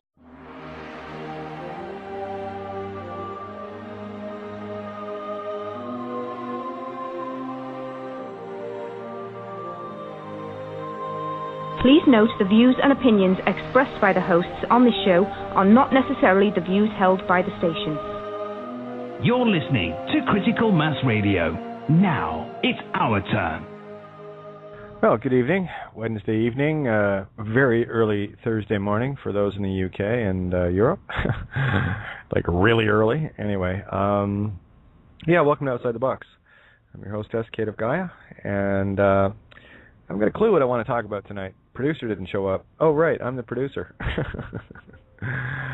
Yeah, it's been, I had a couple of interesting conversations today. Not here, I was out and about for a little bit today, and chatting with some friends I hadn't seen in a while. There is most definitely a shift occurring. This you can see. You can experience it. It's a problem when I do get out and about. I don't get much of a chance to, follow my yellow brick road where I like to on my notebook. You see, when I'm out traveling or whatever, it's very everything in terms of following yellow brick road is you specific or me specific, right? I've really got no words for it. It's just one of those days. All the synchronicities, and maybe I'm just getting bored with the synchronicities already. Great, that's awesome. Now show me something, will you? Right? A whole lot more blatant. So what I really want to do tonight, maybe you guys can help me out, and get on the board and we just have a chat and let's see where it goes. kind of like a now flowing sort of show instead of guaranteed there's going to be something downloaded, no question. That goes without saying. Just kind of curious to see what direction it's going to take. I do see Fran on the board. Sorry, Mr. Call earlier. I was out and about. I don't do that very often, and my apologies. It's and I mean that in the most, mundane way. It's we all got shit to do, right? It's one of the things about being at my helm for as many hours a day as I am. People from all around the world can access me at some point where it's convenient for them. And on occasion, I go out for a few hours and come back, and I have 20 Skype things to attend to. I haven't even checked my mail in 2 days. That's normal, though. I don't check my email very often. It's slow, sluggish. It has the same effect as Facebook when I'm trying to text. It likes to jump. It's almost like every letter you type, it wants to upload it. Tell you what, why don't you wait till it's done and then we'll upload it. Right? But anyway. Yeah, so I was going to see if you guys would be into jumping in here. Oh, there's Consuela. All right. Someone's got their Skype up and running. Someone got on the board. Yeah, and let me see. So, tell you what, I'm going to open up Ninjas just to say thank you for putting your painting up on the gallery on kateofgaia.wordpress.com. It's so nice just to click that and be able to go and have a look at it. Beautiful piece of work. And Miranda, because I know this trio will get things rolling pretty good. I just want to see what's been going on with your days.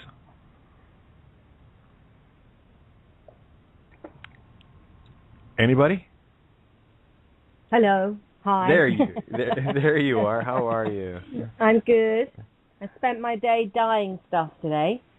Nice. I dyed some Dubé's tulip red, and it's come out a very lovely sort of pinky rosy colour, gorgeous in some tops. So I'm very happy. Nice. Yeah. Nice. Very nice. Oh, the priorities of life, eh? I love it. I love it.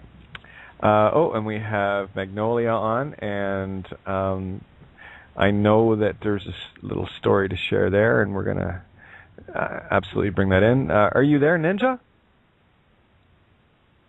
Yeah, hi Kate, hi Miranda, hi everybody. Hello. I'd forgotten putting anything up there, and you just confused me, so I had to go and have a look. Oh, yeah, you were... That's so weird. I just completely forgot I'd done it. Yeah. What's she talking about? Yeah, well, I actually wanted to check to make sure you had, and if you hadn't, I was going to give you shit tonight because I wanted to see it. What a bitch, eh? Just making sure that these beautiful presentations that people have get shared. And Kevin had tagged me earlier about, is it okay to share things on my Facebook timeline? Of course. If it's fear porn, I just delete it. So, and that also goes for any photographs that I would deem to be fear porn. Actually, I just got included in a chat that is fear porn, and it's what are the allegories, guys? And that's the thing, is I haven't had a chance to really go over it. It was regarding perfluorocarbons. I mean, this is 70s stuff, but again, it's movie set, right? And hey, there's that set word again, eh? You gotta love that. Was that the one we touched on the other night, Miranda? Yeah, it just keeps cropping up, setting the record straight. Yeah, no doubt, eh? And of course, French 7 is set. So you guys are making it happen. So. Right, we are, and I was really was excited to hear you say last night. You said something, or somebody brought up about how you make light go out, pop, on the street lights and stuff. And I've been doing that for years and years and years, and trying to investigate that phenomenon and people that have that happen. And I wanted you to repeat what you said about why that happens. Okay. When you were in a state of generally, well, we can call it bliss, we can call it whatever we want, but when you were in an elevated state of physical being. Typically, most of the times, I would this. Well, it still occurs, right? You're in a very high frequency, and what you're doing is you're getting into, because you've got your own light. This is just more proof that the light here is not ours. Okay, so what you're doing is you've got the sine wave of the light coming out, and you become the neutralizing cosine wave, vice versa. All right. So if you can think of a sine wave going, up and down, and then put one alternating with it to cancel it out, and that's what you're doing, because you're vibrating at that level, so you're actually in your light state, and you cancel out the frequency, and it blows them. That's been my theory for a long time. Wow, that makes sense. Yeah, interesting thing. Sometimes they, and it is a certain. I mean, I can detect the energy space that I'm in when that happens, because sometimes it doesn't, but I am sort of in this place where I'm just, I'm in a higher frequency. I don't even know how to explain it, but that's it. You're just, what you're doing is you are emanating. We all emanate, right? We've got huge auric fields, right? Universe-wide, actually. So when you get your own vibration up into a very heightened state, you're vibrating where you'll cancel out the poison light. You become the pure light, and the poison light gets knocked out. Yep. Cool. Yeah, and it was Tropic Thunder. Thank you, Randy. You posted that. I did see that. The one where Tom Cruise is playing the aged producer, balding fat guy kind of motif. It was really, really an interesting role to see Tom play. But I no harm to Tom. I'm not a big fan. He's done some decent stuff, so I just wanted to toss that out there too. Now, there was something else came up in the room. I want to bring this up. Don't go anywhere, Holly. Where was it? Got to get to 11 stuff.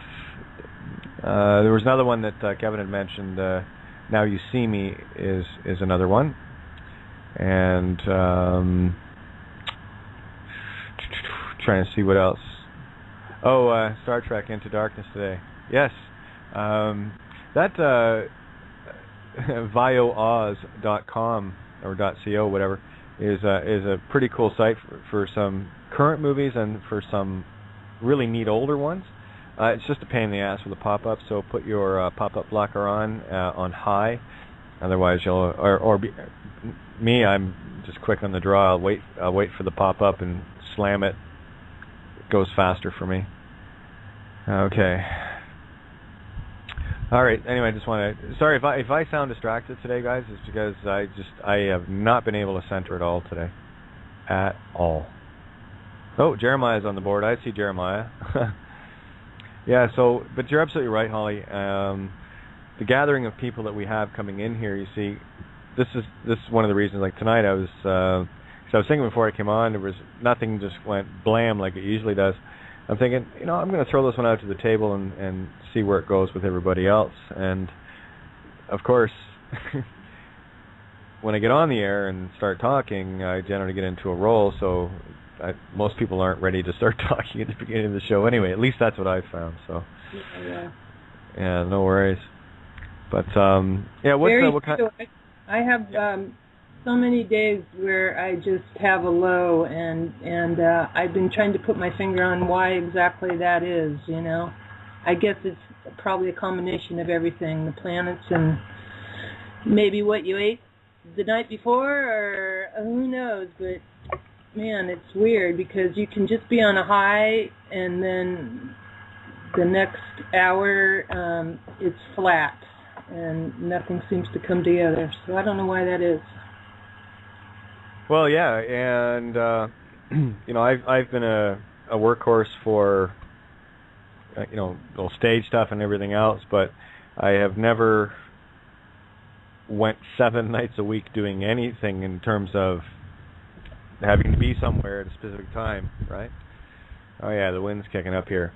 So I How long have I been doing the 7 nights a week? I've been doing it for a while.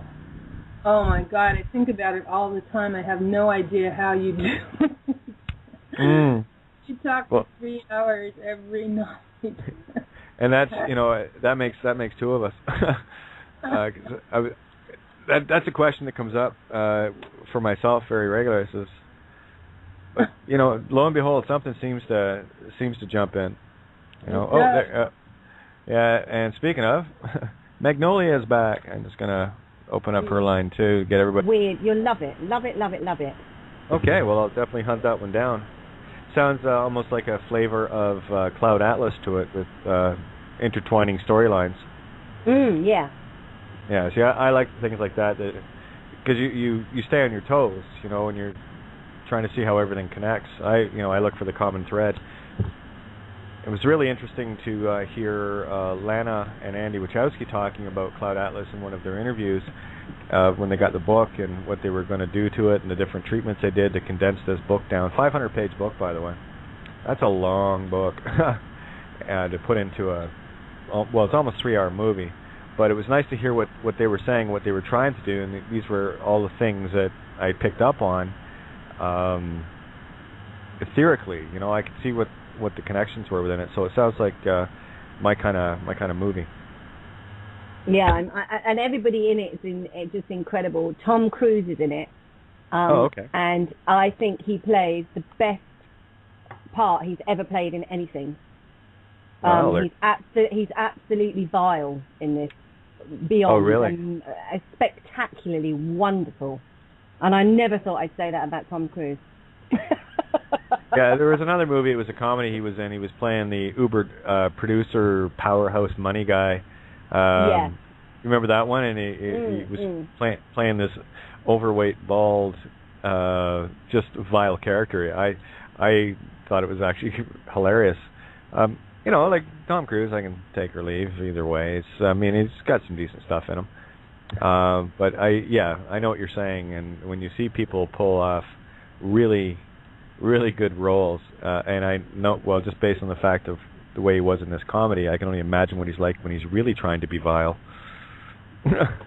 Yes, he does it absolutely swimmingly. It's beautiful, and it's got Philip Seymour Hoffman in it, William H. Macy, Alfred Molina, Julianne Moore, John C. Reilly, Jason Robards. Nice. It's spectacular.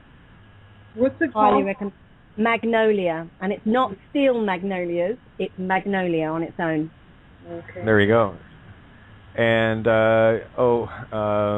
Charisma just tagged me. I'm going to be over there on Friday, so I'm going to give you a walkthrough on how this all works, kiddo. But in the meantime, what I will do is, there we go, because I know Charisma is going to be chatty. And Holly, your line is open, by the way, hon.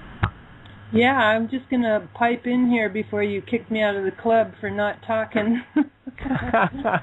Oh, no one gets kicked out. I just, I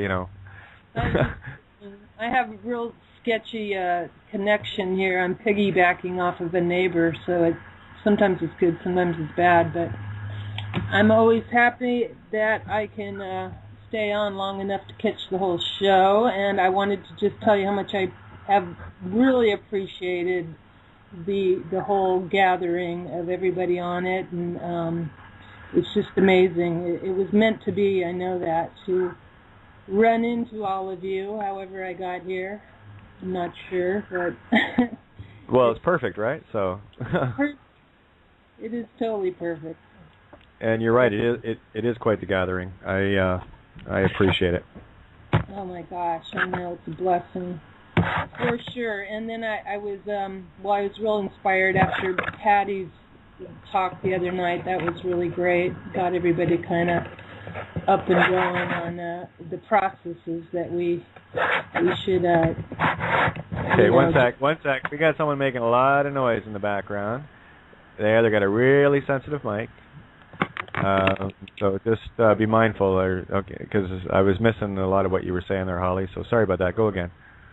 Oh, just about Patty's talk the other night and how I think it really was just stimulating, and I do believe in the magic, and that's really what we we need to be doing. We need to stop trying to deal with things on this plane and move in to the higher places where we can get some things done, and I'm all for that. I've been looking for it, and I'm pretty worn out and tired of just listening to speakers and hearing the scary stories about our planet and all that's going on, and I just I would rather be a part of making some things happen and making a difference, and looking to find myself. So I agree, and that's really the wind's picking up. I think we're going to get hammered here, but yeah, I totally agree. I mean, you can tune in to any quote truther station or whatever at any given point that you want, and you're just going to keep hearing the same things over and over again. And you're not going to solve anything by talking about the same things over and over. It's you got to do things that are radically different, and and it is. It's putting, like, for me, especially coming on and doing what I do. I mean, I'm not. What's the best word? I'm going to test every limit I've got. I'm going to test every boundary that I think I have. Okay, and I'm going to reach outside the box just to see what I find, because we've all been dealing with the same box over and over and over again, and we're coming up with the same bits and bytes in every handful, right? It's never different. So I just chose to change the bag is all, right? Exactly. That's what needs to happen.